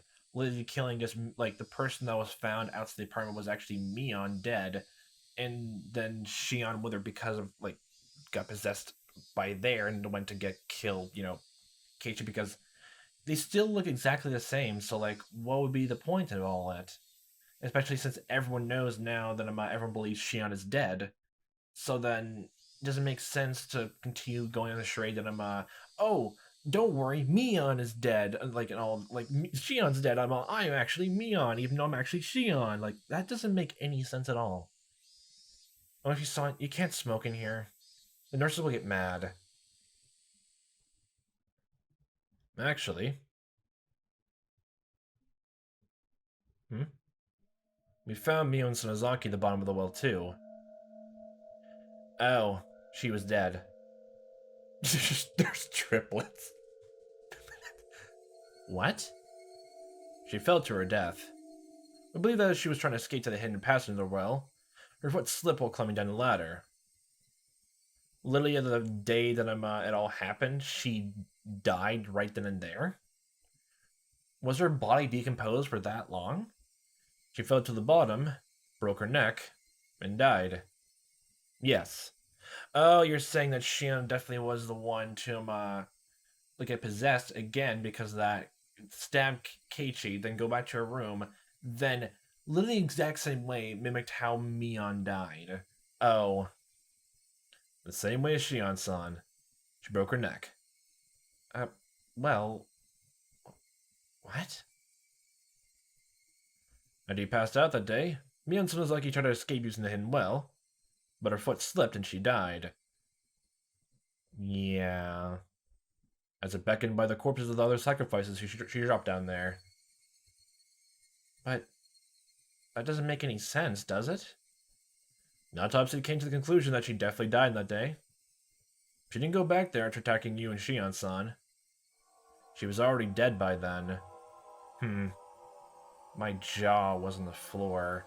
Well, even if it was, like, they're definitely trying to go back, like, they're literally going back to, trying to show that, it's, like, Shion is, like it was, that scar from the event that she saw me and everyone, to the point that, she now thought Mian was a part of her and then went to kill. They're doing that again. They're doing that. They're going back and forth on it again, but I just feel now it's, like, ghost possession now, just in the sound of it. There was absolutely no way that could be. Mian was the one that stabbed me. It had to have been her. There wouldn't have been anyone else to do it. Then who attacked Shion and me? Who was it? The one who attacked you was someone who was Mion Sonozaki, and yet not Mion Sonozaki. My mind had become a complete mess. I was starting to lose my ability to think straight. Do you remember how Mio Takano-san died? Huh? Takano-san? Yes? Okay, what's special about her death, then? I think I heard that she was burned to death in some distant mountains. Oh, it was close by the well, then. Okay, gotcha. But, like, was there even a way to clamp the well from the bottom? Pretty sure the police found the well. They would see a ladder or anything like that, right? We learned that she was burned after being strangled to death. Strangled, yes. If it was Mion, then, like, she had to... Oh, if it was literally just... No, that's weird, actually, thinking about it now. If it was literally just Mion who killed Takano, that wouldn't explain... No, Tomatake, like, the same... I'm assuming the same exact death happened to him, so... The police assumed it was around exactly 4 people who attacked him, as evidenced by just him swinging a log around, like, frivolously. We learned that she was burned after being strangled to death. The Gifu station did this autopsy. It's a little bit strange. Results of the preliminary autopsy said that she had been dead for at least 24 hours. Since that was contradictory, in their panic they seemed to have revised it to say she died earlier that day. Despite me being an absolute wreck over what was going with Mion. Wait, so you're saying now that I'm, like, the Takano we've met and seen before, literally, was dead long before then? In chapter 1, they never found her body, but here, it was put on display to be smoked for people to find it through, like, thinking it's a forest fire starting. But if she was dead before, like, a day prior to it, and, like, this was, like, she was killed in the evening of the Watanagashi festival, she was dead longer than that? But she was strangled. So who would be the person that was walking around the festival that broke into the storehouse with Shion and Keiichi and Tomatake? Despite me being an absolute wreck over what was going on with Mion, he was telling me there was even more on top of that? I didn't understand the complex things that Oishi-san was telling me. The results saying that she had been dead for 24 hours, as our own old criminologist says, is pretty damn reliable. So then what would that mean? I've asked that question over and over. That's actually probably another reason why he kept insisting, like, if that autopsy was, like, shown, like, to the police, but, it was revised for the public, that would be... No wonder he was pushing to, like, talk to Shion and Keiichi this whole time then. Because that's even weirder. Because I know we mean the only time, technically... Well, I mean, if there's a complete clear difference of, like, if, like Takano died in the first chapter and in here, then that means, like, the only time we technically saw the, I guess, quote-unquote, real Takano was the day before at the festival preparations then. That was the only time. And then afterwards, it was someone else?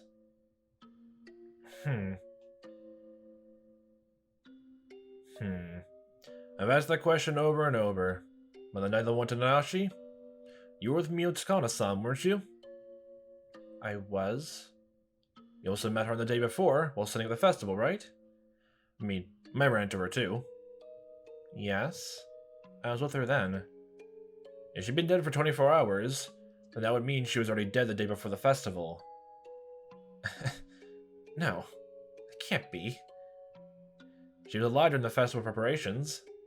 However, when you went to this ritual storehouse, Takano-san was already dead. That child, like, jumping up and down to floorboard sound? That was not. That has never been addressed ever since it was brought up. The origin of all that happened. Well, because of the whole thing with Mion Sonozaki, then does that mean you found, I guess, a reason to like look through a warrant to get into the storehouse now, actually? And maybe because I'm what was it? I guess it would be like another good. I guess it would make sense why you get the warrant now if I'm I guess the like Mion's parents like are trying to figure out so like your family are trying to save face as much as possible, so allowing police to come in to verify they had absolutely like nothing to do with it, or like just to prove like there's like just to get everyone's ease under like everyone's fears at ease. Well, that's if they want to follow tradition again, since people already went into their maybe possibility. The origin of all that happened, the beginning of everything. Our intrusion in the ritual storehouse, which I kind of regret countless times. Man, that means you should get rid of your survivor's guilt, Keiichi. The one that tempted me, Takano-san.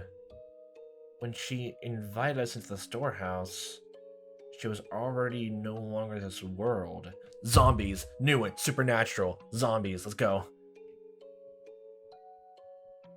There are too many dead people walking around in this incident. Man, too many dead people walking around? Well, we can't have that. Just pump shotgun. Okay. An incident caused by a dead person and ended by a dead person.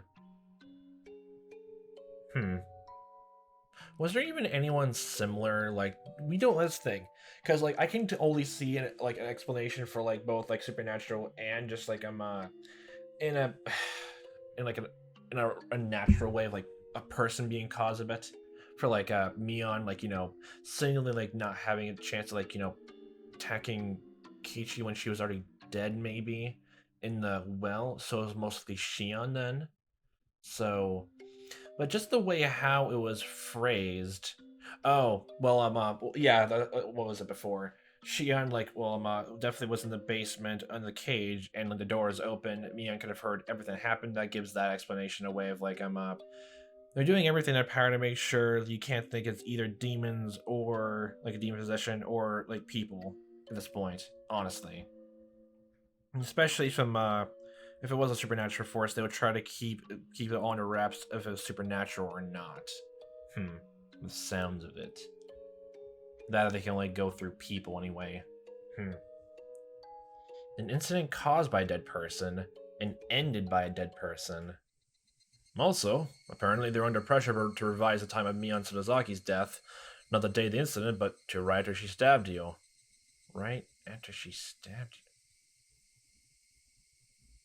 Okay, that part is weird now, because then it was right after she stabbed Keiichi, based on like how long the wound took place. If they can do like an injury report just to see how long the injury lasted, then that means that somehow in Hinamizawa, that whether it was Shion or Mion or whoever, demon possessed, a real person, mental illness or whatever like that, in a fit of rage or just it turns into insanity, stabbed Keiichi, and then somehow in Hinamizawa itself tripped somewhere and fell and broke their neck.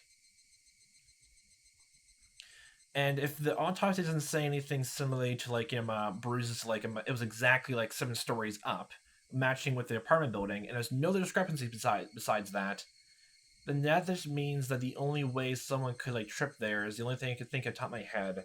From what we what we know about in both first chapter and this one is literally just that scene of Keiichi at top of the shrine, looking back over the whole entire town, and maybe tripping and falling there if that was a cliff.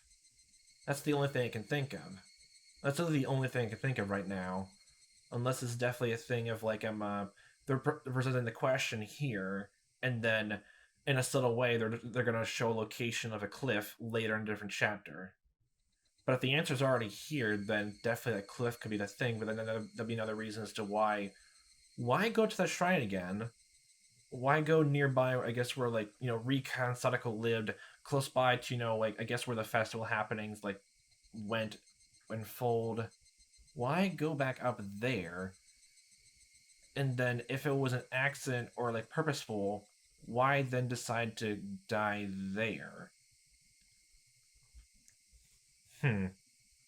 Is it really just like trying to follow along with the curses thing again of like having him almost like ritualistic as well?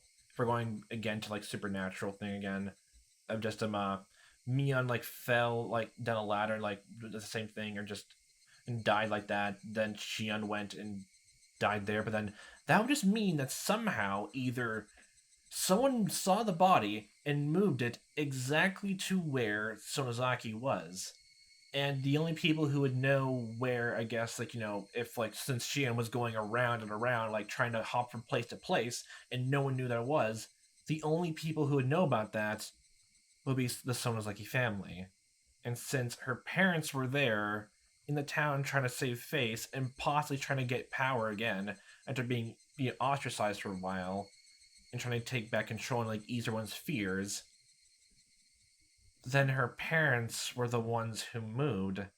But then how would that explain the fight that the bodyguard heard in her room and then find her body right then and there?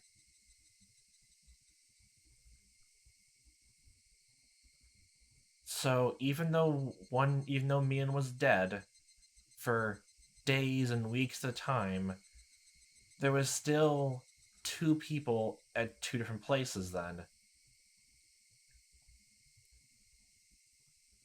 And if the bodyguard knew for a fact it was Shion arguing with her sister, and she died then, and no one else was found there, then what does this mean? Probably pressure from the outside. Get this incident wrapped up already. So I appreciate if you didn't say a word about this to anyone. Don't worry, I'm gonna break the non-disclosure agreement, which you didn't get Keiichi's signed just yet. Don't worry about it. Calling up my friends now, or what left there is of them. My God, oh God, that's a lot to think about now. Holy crap! Right after she stabbed you, and when she saw him grab his jacket that was hanging in the chair, put out a cigarette at the bottom of his foot, and started pretending to wave away the smoke floating around. I've stayed too long. I come here thinking I could at least end this incident as applied to you, but looks like it got even more baffling instead. Yeah, the second you get an answer and all that. Oh, is it really going to be this situation as well, where each chapter by itself, like each chapter of the game itself will like provide, I guess, like questions, and like in terms of I guess the story itself, none of the characters know exactly what the heckity fuck is going on. But if the second we see all of them lay out together, everything makes sense. They're just working with a lot of different things. Like, if it's not the evidence that's going to match up, it's really just based on like what the pattern and commonalities are between the timelines and the chapters. That's really the only thing that's going to solve it. All going across time and space. The only way you can solve it. Absent-mindedly, he walked towards the door, looking at me, unable to speak, out of the corner of his eye. If it so happens that something comes up you want to talk about in the future, call me anytime. My business card is in one of those souvenirs from before.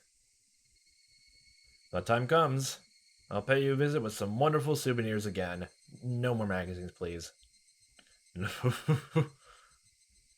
What she saw and seemed to think I was still hiding something. That I, after all this, would be hiding something? I'm the one things are being hidden from. Well, just from the sound of it, like, you probably never mentioned about the fact you, like, well, and maybe just fit insanity at a time thinking it was demons and all that. Yeah, it does, like, just from the apparitions, like, the Keiichi was feeling, it could be, like, both insanity at the time, or literally just, demons trying to get into your brains and all that. I'm the one who wants to know. Then let us meet again one day. Take care of yourself. Bye. Slam. I listened to the tap tap tap of Oishi-san walking down the hallway. I still couldn't return from my state of bewilderment. No. He wanted to end this incident as it applied to me. What was over? It was applied to you. It just means that somehow we have an impossible crime in our hands. The fact that I'm the bodyguard who knew Mion and Shion for practically their whole lives was certified that the two of them were together fighting, yet at the same exact time that Mion died. Well, after Mion stabbed you the same time were fighting. Then the very second that Mion died, or Shion died in that case, was right after you were stabbed. What was over? Nothing was over. The incident was still continuing. Well, at least you're out of the loop now, unless you get him possessed. What? Oh my god. Then slip. An arm covered in fresh blood came up from underneath the bed. Wow, you're having the hallucinations now too. I wasn't that surprised. I was not surprised. I got the hallucinations now. Oh no, you're being possessed. This was an illusion I was seeing, seized with fear. Kei-chan, I told you. Remember.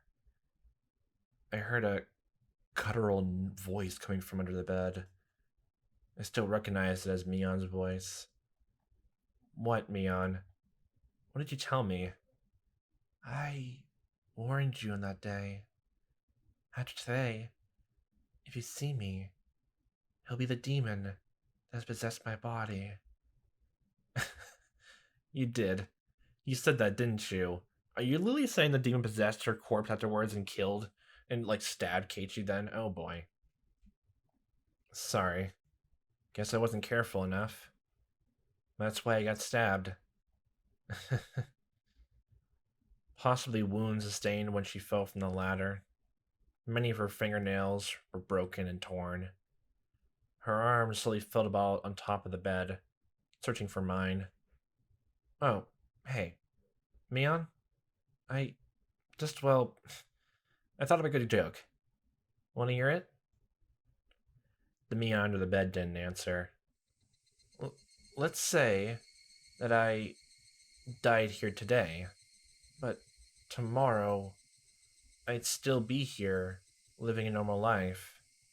So, when Oishi-san learned about it afterwards, the time of death wouldn't make sense once again.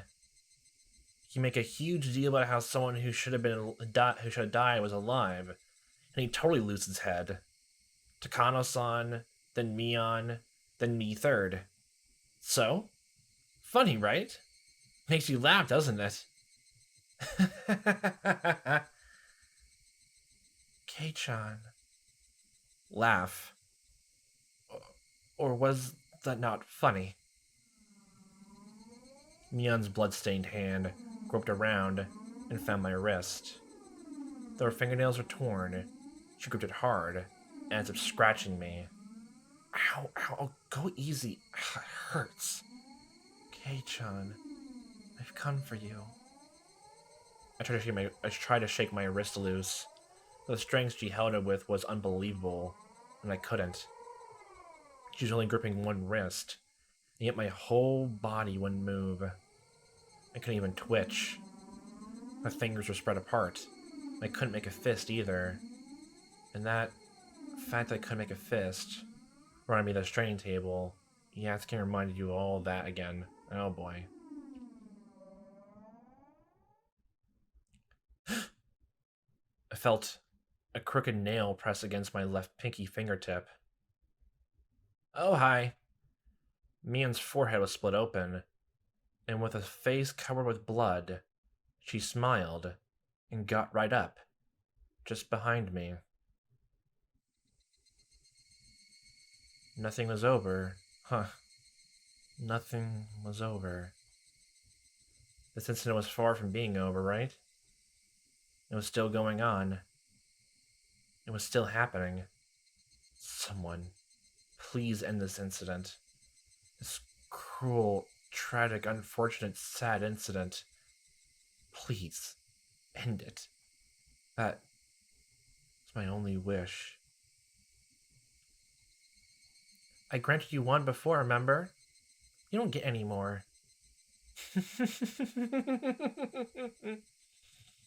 Mion firmly held a nail down on my fingertip, and with her other hand, she slowly swung a mallet up into the air, and...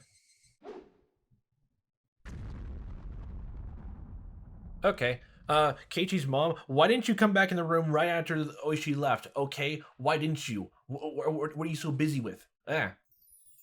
Wow, all new scenario has been unlocked. Wow, golly gee willikers. Gosh.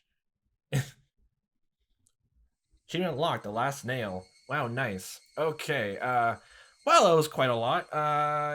Yeah, my pain is kind of like shifted over to demonic possession stuff now. Thinking about it even more now. Okay, extras. Let's see this now. I'll cast review session. Go. Tell me you're back and forth. Was it people demonic possession thing all along? Oh, it's always going to be back in Angel More. Wow, nice. I want to see Shion's actor just like start talking now. Thank you very much for enjoying Higurashi When They Cry. Watanagashi. How did you like the story this time? If you enjoyed it even a little, I'm happy. So happy. A little nothing. Not again. Everyone's dead. It was a huge bad ending again, was it not? It's enough to make me seriously furious. I'm furious. You can see me shaking so hard right now.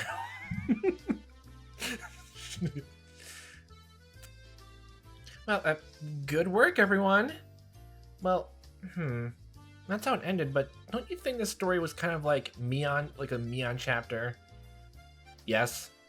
I'm extremely satisfied with how big a role it played. Yeah. You can't call such a thing a success. It just means like she has more screen time and she can let her acting prowess go. That was how it should be, Sadako. Don't worry, you have your time to shine next turn. And show how deranged you are then when demons possess you for some reason. We kinda got killed too, didn't we? None of this concerns Sadako at all either. I want to be important. I didn't want to die like that. No, don't cry. There was a story centering around Mii-chan, so there will be probably one that centers around Sadako-chan too. Look forward to it. She said in that story, Sadako suffers some terrible demise in some slow, deliberate way. I'm thinking this is great. I don't want that. Oh my god.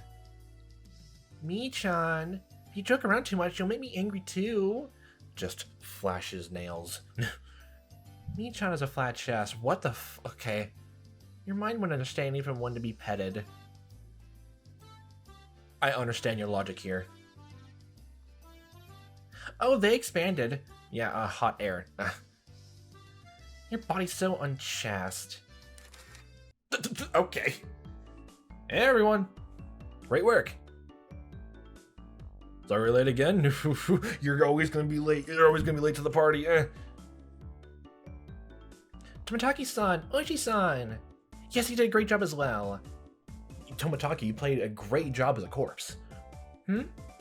Where's Takano-san and Shion-chan? They're coming, of course. Thank you for inviting us today. Oh, don't worry about it. Like, Shion is like us late as well. Don't worry about it. She'll be here another hour or two, of course. May I sit here? Yes, go right ahead. Hello. With all of us here, this sure is to be the best part. Please go easy on me. What? Then should we get started? Is everyone? Except for Keiichi. Everyone but Keiichi. Which means Maebara-san is as busy as ever recording the script. Has he already started recording the script for the next story? How unfortunate. He's a busybody. Doesn't feel right to leave him out. Mia-san, you don't have to worry about that. A time like these, going all out is actually a way of showing consideration. Does that mean, like, Keiichi Maebara has some goddamn fucking sprites in chapter 8, the finale? If he doesn't, then we strike. That's true, isn't it? We're all here for once. Holding a wake would be boring. A funeral for Keiichi, who unfortunately did again. And sorry, Keiichi-kun, but we'll take things from here. Always Keiichi be left out. Okay. Sad. Very, extremely, utterly sad. Well, it's decided. Okay, everyone, get the cups. The cups? Does anyone not like carbonated drinks? There's alcohol for the adults, too. Don't spike the punch. Mika-chan, what will you have? Grape juice? Orange juice? Apple cider? Meep. I want what Tomataki's having. Hey! Mika-chan, you're not allowed to drink. She has to drink something. She's not allowed to drink apple juice and all that. Has everyone got their cups? If we don't make a toast, then my juice will get warm. Okay. So, who will lead? Mion? No, Reina should do it. Oh, okay, Reina, go ahead. Then, everyone, excellent work. The Watanagashi chapter is now over. Thank you. Ah, clap, clap, clap. Hold on a second, I'm obnoxious. There we go. Obnoxious. Okay, everybody's here. Shall we debate the story again? Yay. I think so. Now let's get some honest opinions. Does anyone here have something to say? What is there to say? Weren't all the mysteries solved in this chapter? That's what it seems in hindsight. But no. The criminal is Mion-san. The root of all the evil was the Sonozaki family. But is that not the conclusion? I see. I was so sure that Mi-chan wasn't the criminal. Technically, she kind of was even before any of the murders happened. Technically speaking. She even said it herself. She was directly and indirectly involved. Too naive. This was entirely predictable from the previous Onikakushi chapter, was it not? Yeah, kind of, yeah. In fact, it's almost shocking how predictable it was. So that means the fact that the opening chapter of the first chapter means that Sadako or at least Rika dying must happen only in Rika's chapter to be less predictable then. To make sure we all forget about it. But the fact I'm thinking that means that she's gonna die in the next chapter anyway. It all makes sense now. It's misdirection upon misdirection upon misdirection upon me being a broken record. Nice. You're right. It probably did align with most of the predictions made by players of the previous scenario. It's like the story went exactly as everyone expected. Then does that mean the main Higurashi and the crime scenario is pretty much over? What? No. So it's a sure thing that the root of everything was Mi-chan's family? They're just a part of it, honestly. But just how the ending of this went, there's definitely more at play. Or at least you could they're trying to make it too open to make it seem that something else is going on, so yeah. I wonder. In fact, I think this all means the theory that Sonozaki's being the guilty party has been disproven. They have a role to play, though. Oh, you have the same opinion, Mion-san. Mio-san. Of course, the person who's responsible for it, even playing the actor, feels it's not them. Okay, I see how it is. I think the same way. Though I still don't believe in curses. At the very least, however, I think the chance of the Sonozaki family being the true criminals has gone down. Huh? Why is that? Didn't Mi-chan confess that she killed everyone? No, she just confessed that she killed everyone in this chapter. That's right. She killed Rika and me. What do you mean that she isn't the criminal after all that? I'm not trying to confuse or anything. So you're saying it's not Mion who killed everyone, but you don't believe in curses, so that means everyone died by a freak accident, even though Takano was strangled and she strangled herself and put in the oil drum? I see how it is. What do you mean? Everyone was zombies, even though curses aren't a thing? You believe in the supernatural, but not curses? I see how it is. Just I think there are a lot of things that don't go along with Mion being the one behind everything. If you think about it a little, you'll get it. Yeah. Especially, I guess it was Mion who just only attacked, Takano and Tomotaki, then there's something else going on there. Huh. I believe the truth to be more or less in line with Sonozaki family theory. I'd like to hear your theory, Mion-chan. Because what was it? Every single, Mion only talked about killing, yeah, that was the thing. This chapter only went into detail about how exactly, Rika and Sadako died in this chapter. But not much into, I guess, Takano and Tomotaki. So literally that's still left at the table. We're literally still, it's still mystery back to square one. We only got one or two few clues for that whole main scenario, but for everything else has been resolved. The main, I guess, difference for the chapter has been resolved, but the main issue for the series at large is still being clued in, honestly. Well, then hear me out. Near the end, I confessed that I participated in the past incidents, right? I thought something wasn't really right about that, so I guess that's my basis. Something's not right about that. Well, your character did say that she was involved indirectly, not always directly, so you're just going off the same wording that she mentioned, okay? I mean, think about it. The incidents of the past were caused by the Sonozaki family. That'd be crazy. It does line up with them a bit, though, in terms of motivation. There's no evidence towards that makes sense, though. I mean, wouldn't they all be perfect crimes? They were all attributed to the other criminals or simple accidents to all. I already gave my theory that what was it, the one person, had a history of psychostimulants, it can be connected to them, the Sonozaki family. But, there's the motivation of all of them,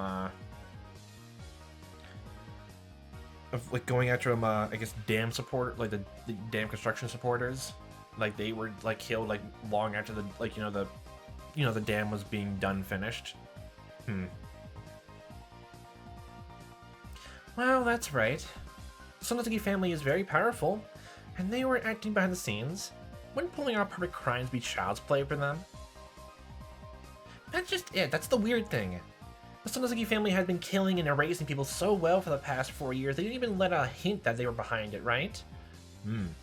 Well, they have a sway in the police and all that, so they can hide evidence. There's also that, and especially if they have ties to the police in some ways, they can cover up evidence, so. The incident in the 5th year, now that was really cheap. They were killing and erasing people at random. That wasn't random. Any idiot could have seen the connection with the Sonozaki family. Now that I think about it, you're right. The incidents in the past were all mysterious, and nobody could tell if they were because of the curse or just simple crimes. But then in the 5th year, they suddenly got really violent. I don't understand what you're saying. Speak in simpler terms. Rika, do you? She means that the Sonozaki family were the real criminals. Then they would have done a much better job with the incident in the 5th year. Well, then again, in the story, Mion basically said she was directly or might be indirectly involved. It was part and parcel, again. So what does that mean? Mion-san wasn't the one who killed Rika and me, but it was the work of the demon-possessed Mion-san. Exactly. Come now. Just like I thought last time, Mion wasn't a bad person at all, was she? It depends, honestly. Very much so. Now just, here's something else in my head now. If, she's gonna be a Yakuza, heiress, she's gonna be a bad person in some way, shape, or form. At least a sort of, a gray personality. Anything like that. I could, try to be completely fair as all. But then, if someone, gets possessed and things like that and does terrible things, and, would you, obviously you believe in demon, but, yeah...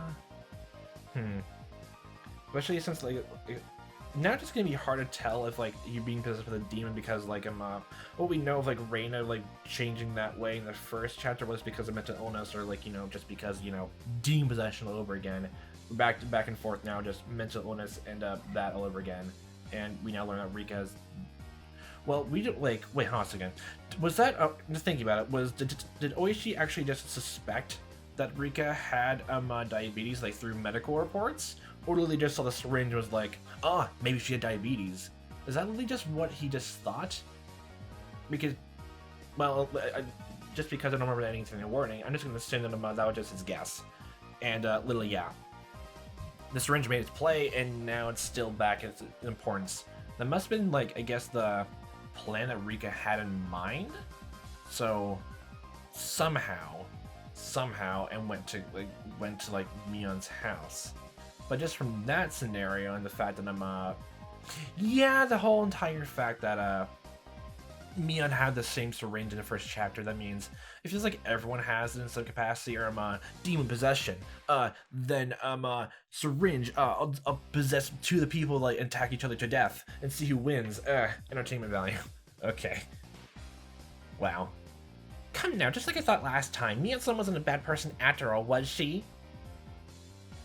That's right. Sadako-chan and I both thought that she was doing bad things because she was possessed by something. Then, does that mean her theory was right? I've been supporting the curse theory since the last after party. Man, the story this time makes me all the more convinced it's true. In fact, I revealed at the very end, information regarding how Mion-san and Takana-san had died days before, despite being witnessed, seems indeed to support that theory. Yeah. It's gonna be very hard to, I guess, try to show off like something's different. The only thing you can make it true is if someone is lying, and the only thing we can think at this time being just the bodyguard was lying. Then why would he? What would be the point of that, actually? Honestly. Well, they do have connections. Like, there could also be a possibility, just like, well, it happened at the same time, and like the landlord wasn't paid off or anything like that. Well, look, the building itself was also paid by the Sonsaki family, so like literally again, it all links back to like a cover-up maybe again, but still. Oh my. I see the cursed believers, who seemed incompetent last time, have grown quite a bit more self-assured. Yeah, makes sense. Honestly, I feel like it swaps sides now. Do any of those who think it was a human have any objections? Last time, Me-chan and Rika-chan were the ones who thought it was the work of a person. Tomataki-san did too, didn't he? Okay, let's see what you got to say then. You got me there. I can't quite find the right words. Well, one of the pieces of evidence for the curse theory is the mismatching times of death, right? So if I could just prove that theory, it would prove that a human did it, wouldn't it? Not really, because even if like you just prove that, it could still be a curse anyway. It's literally just going back and forth and just literally just how do you prove that demons weren't possessing someone this time? It was actually just the person who actually wanted to commit the crime instead. And especially if like the idea that I propose like is true, then like literally, you know, that a curse is a part of the thing, but like not. It was like, it just the curse just went on and off. Like okay, I want you to kill this person, and like for the rest of the time like switched off, and just like some other friend group is just like, I really feel like killing someone today. And just murdered someone and just on their own volition and just moved on with their lives like that. It's gonna be hard to do that from then. Would demon possession fly in a court of law? Probably not, so. Oh, Shion, do you have a good objection? Well, I suppose. I have the same opinion as you, Mion, that it was a human, but I don't think that Sonozaki family are the main culprits either. If it's okay with you, I'll offer my objections. Whoa! Show us what you got. If you say it wasn't the curse, then let's hear your evidence. Okay, Shion-chan. That last trick we've been talking about. Despite Mion-chan having died the day of the incident from falling into the well, how did she appear days later to kill you and Keiichi-kun? Here it is, my Sonozaki sister's conspiracy theory. My reason is simple. If Mion was dead by the time, then the only one who could have stabbed Keiichi-chan was me. I disguised myself as Mion and stabbed him. Then went back to my room, tried to have a tussle with a ghost, then jumped right down and killed myself. Your room was nowhere near Hinamizawa. Vetoed that theory. So when you get down to it, Mion-chan, in this case, would be the one to take the blame. She would take care of the mayor in person, and Shion-chan would be made to really a victim. If she hid herself in the well, then this guy Shion-chan would show up where she pleased and murder whoever she wanted. All planned from the start. Okay. I get it. Mion-chan then me and Sam made two mistakes. First was that her corpse was found, and second was dying when she only planned to hide. That's what it would mean. Oh, well now. You're right, there's something logical about that. Literally, Mion technically died, very extremely shortly after Keiichi was stabbed. Unless they're trying to imply that, like, it was enough time to go back to her room, then yeah, I don't buy that.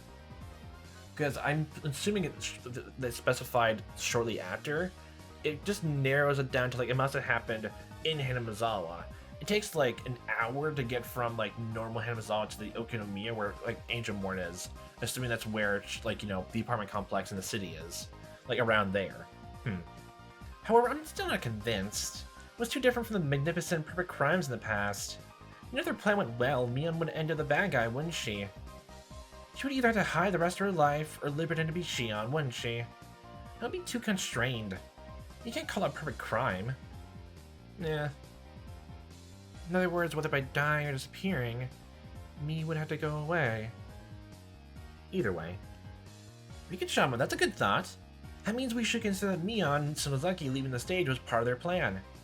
That's why, at the end, Mion took the blame for all the incidents in the past. She took responsibility for all of them herself, then left. By doing that, she could cover up the true culprit behind the past incidents. Which means that the incident wasn't shabby. Its purpose is to cement all the past incidents as perfect crimes. I suppose that's what it comes down to. Yeah, it can be framed that way too. The young leader of the Sonozaki family, who was the biggest suspect, confessed everything and disappeared. For her, or perhaps the non-Sonozaki true culprit, there likely was no more favorable outcome. So then exactly why would she do that? That's my first question.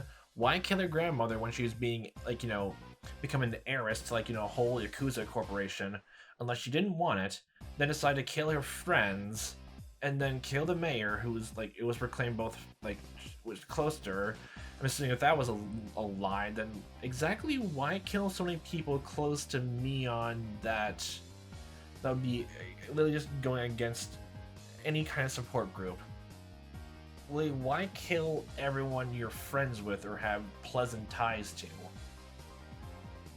The only people I can think really again would be like making way much more sense would just be again of like Takano and Tomataki's death, because literally honestly it just, yeah, especially with the time, like the death, like timeline inconsistencies.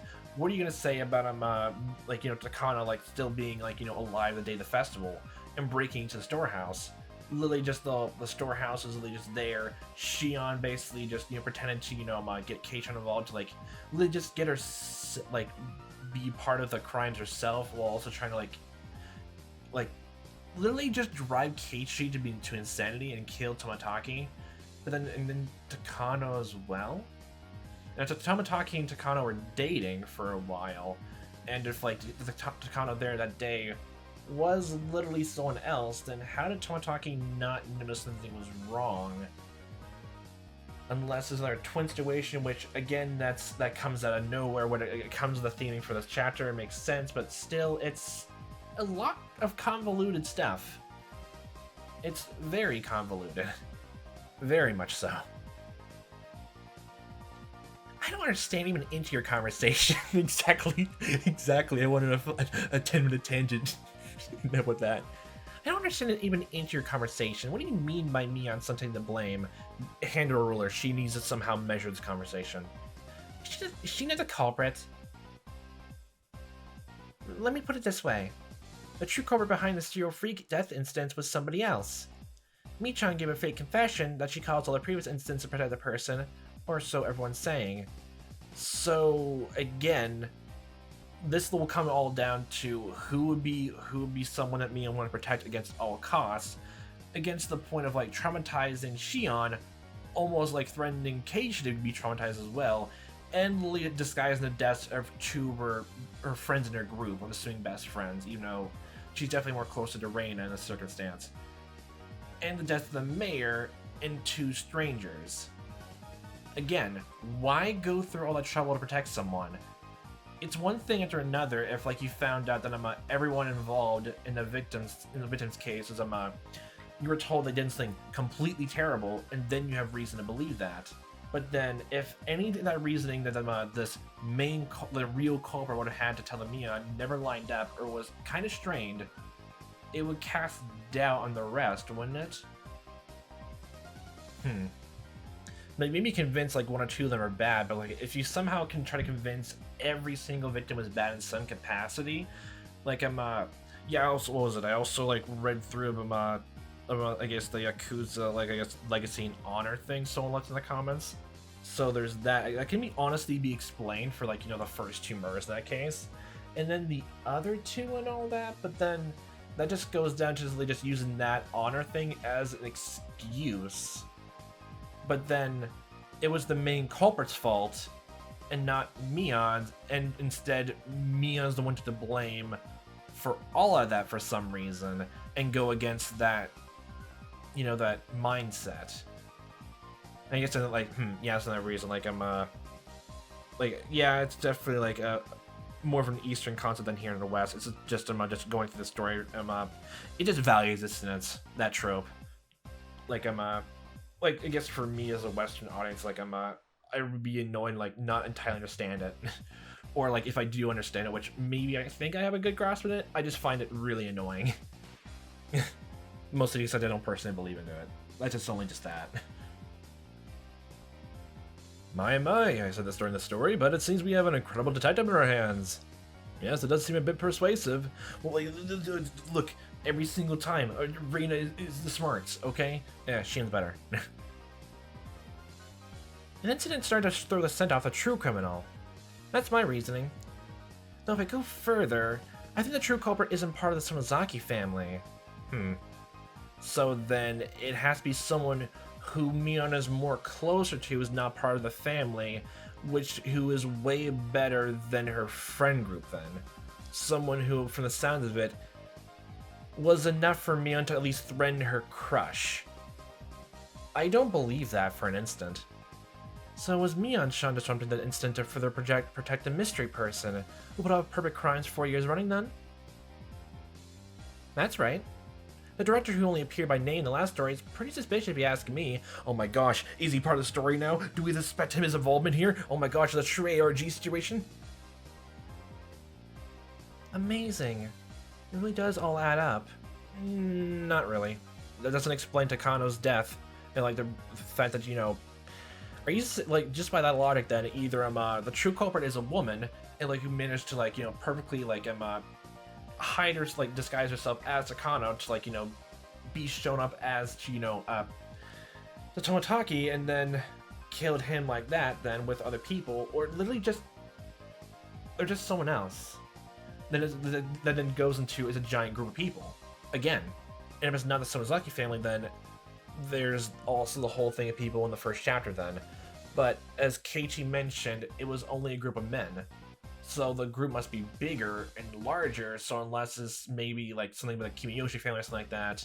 But then again, we don't know anything about the Kimiyoshi family entirely, so we can't say anything about that, so motive-wise, why the mayor would die then. So, more loose ends. Golf clap. I still think the Sonozaki family and the sisters are the culprits, though. Yeah, I can honestly believe, like, just like the contradiction like that was presented in the very last epilogue here in the hospital. It definitely seems to be pointing towards either just Shion, like, unless I'm getting the whole thing, the autopsy, wrong and just all that, there was like another person who can disguise themselves as looking as Mion or things like that, or literally just they're going the whole thing, just Shion possessed, stabbed Keiichi, went back to the room, and then the whole fight happened, then threw herself off the balcony. Literally that. But it's still Mion as a culprit, though. At least one of the main ones, anyway. The incident caused the sisters to sever their old fetters to the three families to clear away the past. That's my theory. Clearing away the past. Well, if that's the plan as well, then you would have to have backups in case you want to start a new life then. But you don't have that. It's one thing to kill people, I guess, or like, you know, try to vanish people, like specific people entirely. So people, like, I guess the most powerful figures won't be able to track you down if you want to, like, literally clearly escape away. but you never targeted your own parents. They are ostracized, sure, but the very second the grandmother's out of the way, and if you present yourself as being a murderer, then they would try to get back in power, and then they would try to find any ability to help with the police, or at least try to find you and bring you back. It's just weird again.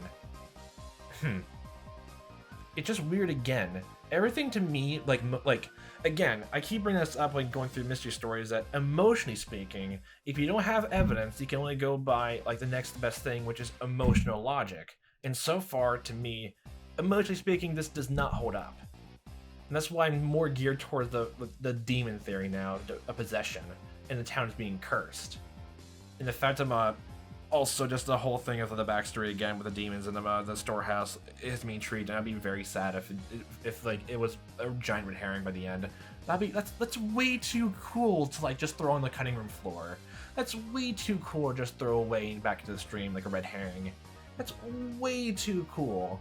Ah, that'd be so bad. Not bad, it'd be very sad actually for me. You know. Clearing away the past, huh? You mean that they placed the blame for the three families' crimes their final leader, Mion, to put an end to the dark history, and then the two of them left? If that was the case, why didn't you put the blame on, the grandma? And since she went missing, you just hide the body. Then yeah, wait. Well, yeah. If I wish you didn't bring it up, then grandmother's body is found there then too. If you really want to start a new life, why didn't you just, make sure that grandmother's out of the picture? And then, hide the body somewhere where no one would find it. Don't even put it where the other bodies would be. Especially, like, if there was already a clear way of showing, like, there was connections forming towards you, you kept your grandma's body, like, nearby on the property. Other political figures are the ones who made sure that the warrant stopped against the house, yes, for sure. I guess you were just left, like, behind, like, there. Your comp in the well wouldn't be found inside the catacombs. But you really wouldn't... That's another thing. Why exactly, if you wanted to get clearly away, if you thought everything was going to go down the dirt, you couldn't do anything else, why then, if you knew for a fact, for an utter fact, that you wanted to get away, or just, like, some way to start a new life, or anything like that, why did you show off the bodies? You could have still blamed on the grandma or like anything like that, but until then, well, Rain already labeled out really clearly that Mion was definitely the one who could have done that. Someone they trusted.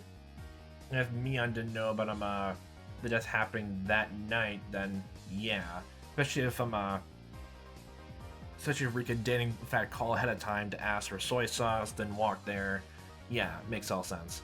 So yeah, it was pretty much down the tubes there. But why show the bodies though? And then why try to attack Keiichi then? I'm probably just going around in circles in my head if I'm rambling like this. Yeah, I'm probably just doing that. That's right. It would make it a sad story where we sisters probably choose to end it after a lot of worry. We went a little too far. And, that's... no. Amazing. It does all add up. Golf clap again. But, is Rika Furude actually that powerful in terms of I guess in terms of, like, the elders and all that, maybe, but, like...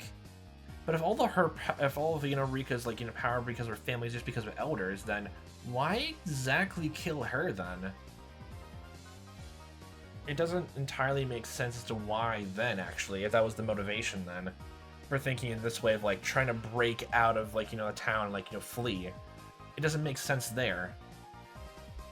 It makes sense as why Sadako died either way, of what, no matter what motive it is, as was presented as, Rika for what reason was killed and Sadako already knew where Rika was going, then they had to kill Sadako just to cover it up.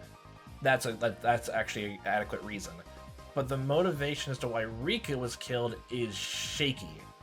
It's shaky as best for me right now. I'm probably on a confirmation bias, like, route right now. Wait, what? It looks like Rika-chan has an opinion too. Go ahead, Rika-chan. I have a question for you all. Why did Keiichi need to get stabbed? Why do you know why that is, Rika? It's obviously because he went in the forbidden storehouse without asking.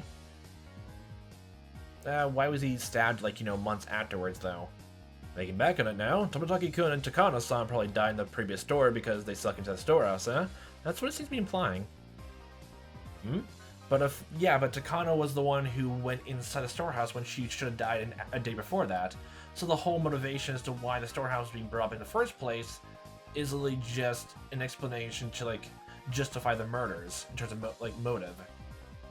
So there was another reason as to why they all happened then. It doesn't make sense at all thinking about it like now, because if definitely that happened in the first chapter, the Kano went into the storehouse Tomotaki, and the information we got here is true, then for some reason an imposter Takano literally snuck into the storehouse with Tomotaki, at least keeping watch. For some reason just wandered around there and did nothing. Came back out, went to the stream with Tomotaki, then did something, went to the woods and allowed him to die. Were they just counting on Shion just to bring Keiichi along or something like that? So then, if the whole sister's theory is right, then Shion then went out of her way to bring Keiichi there for what? To have a little kid, bring precedence to the whole story when already the police were going to be very suspicious of him in general? That doesn't make any sense. Think back on it now, Tomotaki-kun and Takano-san probably died in the previous store because they stuck into the storehouse, huh? That's rather strange indeed. Very. Huh? What is it that's strange? Reina-san, that's right! Won't you think back, please? That's right. In the previous scenario, they were after Keiichi's life, even though he didn't sneak into the ritual storehouse. Yeah. And the only thing that was the thing. I brought in that one too. That the only thing that you can ever perceive as a slight that Keiichi did to have any motivation as to why to kill him, because the entire thing up until the point of everything was normal. He didn't commit any rules, he didn't break any taboos. The only thing similar to that happening was that they made it a point to chant Oyashiro's name 3 times, I believe, and Keiichi only said it twice in his own head. And he obviously never thought about it again. Literally never thought about it again. He never brought up to anyone that we know of. And the only person or the only kind of people who would know if he did a slight about that would be something paranormal. That's literally the only thing. Unless there was another reason as to why Keiichi would be attacked. Yeah, there was no other slight besides that, unless he was just targeted for no reason just because. That's the latest it. Murmur. So literally, just Keiichi did nothing wrong. They decided to target him just for the curse's sake, or literally he just did one slight or another. Like in the first chapter, did one taboo with him not doing the ritual right, or in the second chapter here, he broke another taboo. It's literally he broke a taboo and he's being killed because of that, supernaturally, or literally just he was targeted just because. Well, that's because, yeah. Hinamizawa hates outsiders, right? That's why they try to kill Keiichi-kun. That would be strange, though. They should have attacked Kei-chan's parents, too, in that case. Yeah. No matter how you look at it, though, his parents never seem to be in much danger. Never in danger, honestly. Even by the end, it's implied that Keiichi's parents never knew exactly what was happening to town. At all. Never. Ever. The story takes massive leaps and some roundabouts that demonstrate they're out of town at the time being, or one way or another by some of the characters that his parents were in the dark until it's too late. Either this time or the last. Hear that, everyone? Hear that? Everyone who thinks it was a human's doing? Unless you can properly explain the reason Keiichi's life was threatened, you can definitely prove the criminal is human, can you? You can't. Even with the curse theory, however, we don't know why Maebara-san was attacked this time or last time. Oh, I already got my theories for that. I already presented them. With a little more, we would have had it. There's still a lot of mysteries remaining. We can find some kind of reason for everyone but Keiichi-kun to die. But for some reason, Keiichi-kun's death is always vague. Always. Both this time and last time. Yeah, his death is always gonna be the ending thing. They try to do a fake out here, but I knew he was gonna die, and he did. He was targeted regardless of whether he went to the ritual storehouse. Then does that not mean he was doing something that got him killed both last time and this time? The only thing I'm trying to think like The only thing that was consistent against both of them was just again taboo breaking. There were two completely different scenarios with literally, Keiichi in the class doing completely different things over. And again, I still wish like those two kids who had a very big crush on Rika and Sadako, like they actually had a conversation, at least were brought up again, at least addressed, the fact they went missing or died. That would actually been a really cool scene, even if it was just a passing conversation. Even just like Keiichi just like gave a look to them, honestly. It felt like would have gave those two characters payoff by the end. Instead they're just there just pure jokes. Which, unless they don't show up in like some other case, like it just implies to me that they were just there just to lighten the mood. Which man, they were just there for horny then. Okay then. God. I see. We can find something in common on Maebara-kun's actions we did last time and this time. It seems like it would be the key to unraveling all the incidents. I skimmed the stories again. But I think he's going about his life in his own way. Though aside from the part with the storehouse, I didn't spot anything suspicious about his daily lifestyle. Nope. But it's always in the festival. If something happens which it can be perceived as a slight or a taboo on Keiichi's part in the festival, that basically cements into my mind. Keiichi-kun, what did you do both last time and this time? No, they're two completely separate things. Something bad that would cause you to be killed. Or just be targeted. It's best to ask the person himself when you're unsure. Calls, let's go. Oh-ho! So I was reading the script of the next game all by myself. You were all talking about me behind my back, yeah? Blackmail. I see. Well, that's that. Anyway, Keiichi-kun, you should try asking your own heart. Look deep inside your own soul. Isn't like the Japanese term for heart, cake, keiko, I think? That or it's soul.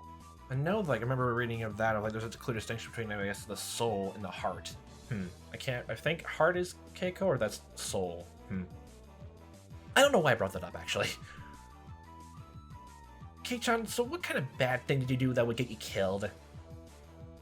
Exist. It must surely be all the violent things he does towards me. You do it right back, Soma. It's just cause, baby. Again, best character. The way he sometimes directs a dangerous gaze my way and makes strange, diluted expressions through the criminal act. In some places, yes, actually. Or just harassment charges. Yeah. Being happy all day is one of my girls around his age. It's kind of a crime in the first place. You're just... I don't want to go down that route again, please. A grave crime indeed. Maebara-san is truly an envious main character, isn't he? Yeah, muck it up. Switch out with me once in a while, would you? No. Well, with all those perks, getting stabbed at the end really isn't much of a price to pay. Well, there you go, Keiichi-san. Like, really just almost feels like there's everyone in the front group has a crush on Keiichi and for his efforts to get stabbed by the end. Again, flashbacks. God damn it. We'll get to it when we get to it. Have you remembered the crimes you've committed? Both this time and last time, I live a proper and just life, and I always meet a terrible fate in the end. What was that about? Asked my own heart. Asked the soul. I'm the one who wants to know. This is bullying. This is discrimination. How dare you go against the main character, the main protagonist. You're all just minor characters in the play that is my own life. Well, that's that. How sad. How sad. I think he's speaking the most sense of everyone. I'll pet your head next time for you. Pet the phone receiver. I wonder if we should go back and read Onikakushi again after reading this one. I'm gonna put myself in Mion's shoes and head back on Watanagashi. Maybe I'll find something different compared to when I read it with Kei-chan's point of view. Oh.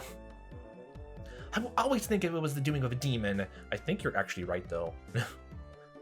All the events and tricks can be explained with a demon. Honestly, kind of. It's kind of like plasma. What? It's like the hidden fourth element of solids, gas, and liquids? Oh my gosh. It's always there, lurking in the shadows. Everyone should know about it, but no one takes it seriously until it's too late in their education. What did you, the readers, think about it? We certainly have to hear your thoughts and opinions. There's still a ways to go, but do your best. With that, please look forward to the rest of Higurashi series. And so ends that. I think I gave most of my theories and, like, I guess possibilities of where it goes from there next. But yeah.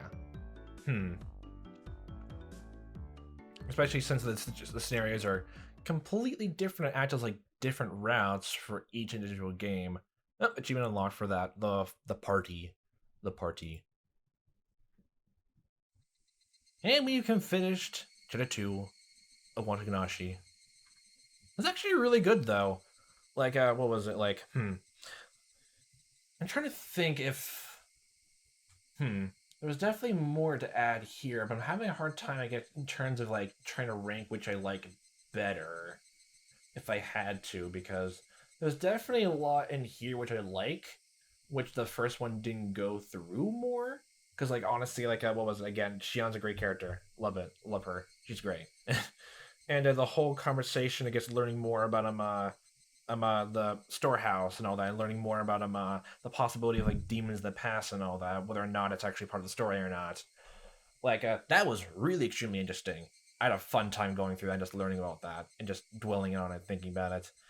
I would say the first chapter is really good, and I would say it's really good as a starting point. Like, of course, obviously, like, literally, it's a whole straight shot of literally just for both, I guess, the main character and I guess anyone who's starting the series, literally just going through and oh look, just one thing after another. What the actual fuckity fuck is happening? And just pure just tension, dread, and all that. There's a few times in this chapter which I thought went on a tiny bit too long. Like, I guess, like, like, what was the word for it? Like, it dragged down a bit. But to me, less so this time. Like, it's probably just because maybe, like, the writer's, like, slightly better at, like, making sure to condense information down, like, keep things pacing and moving along really nicely. But yeah, I think it was nice. I can't think of anything extraneous going on besides... Well, just besides anime jokes, which I already gave my own opinion about that. It's a different story altogether if, like, all the characters are, like, teenagers, and it'd be even non-issue if they're adults, honestly, but preteens is kind of where I have kind of an issue with, honestly. Yeah, but I have to get used to that anyway, then. That's what it's going to be here, because besides that, this is honestly really fun to go through. Honestly, it really is. And, yeah. It's like, it's funny just thinking that I just swapped over from humans to demons in this route. But just because it seems like there's now more of a basis for it, actually. I mean, the first one was really just all about that because, yeah, actually, I never actually put into words in the first chapter, but probably just because the whole thing is, like, Keiichi only knew, made friends with Reina, Mion, Sadako, and Rika all in the span of, like, 2 months before the festival happens and things go to shit. Then it makes it just seem like it literally just is people because there's no clear way to show if it's literally just, it's literally just completely out of character because just like Keiichi is, we're just entering in his shoes almost. He's literally just a bigger extension of an audience surrogate. He just has a chance to, like, get things more acclimated, and he's more of a childlike personality, which, yeah, no duh, yeah. And, like, every single time demon possession can always be framed as something else, which is definitely kind of a strength in writing, definitely, like, in terms of mystery and red herrings. Yeah, but I'm still gearing towards the demon route now, as reasons already mentioned before, and it's really fun. I'm actually looking forward to how the third chapter will go, but as a current right now, it might definitely be quite a bit before I get to that, as I'm extremely busy right now, as literally just recording this finale section of this game, the 12th section, and I'm I had to go through many separate sessions just to get things through. So I can't exactly promise exactly when I'll be able to get to the third chapter right as of now currently, but I definitely will go through it. Especially since just going through this game just made me get flashbacks to something else even more. Oh boy. I don't want to skip out this or that for the entire world. But I guess we'll see when it comes to it for next time. So, hope a fun time watching as I am playing this. Hope we see you next time, what time that may be. And I y'all hope you fantastic day.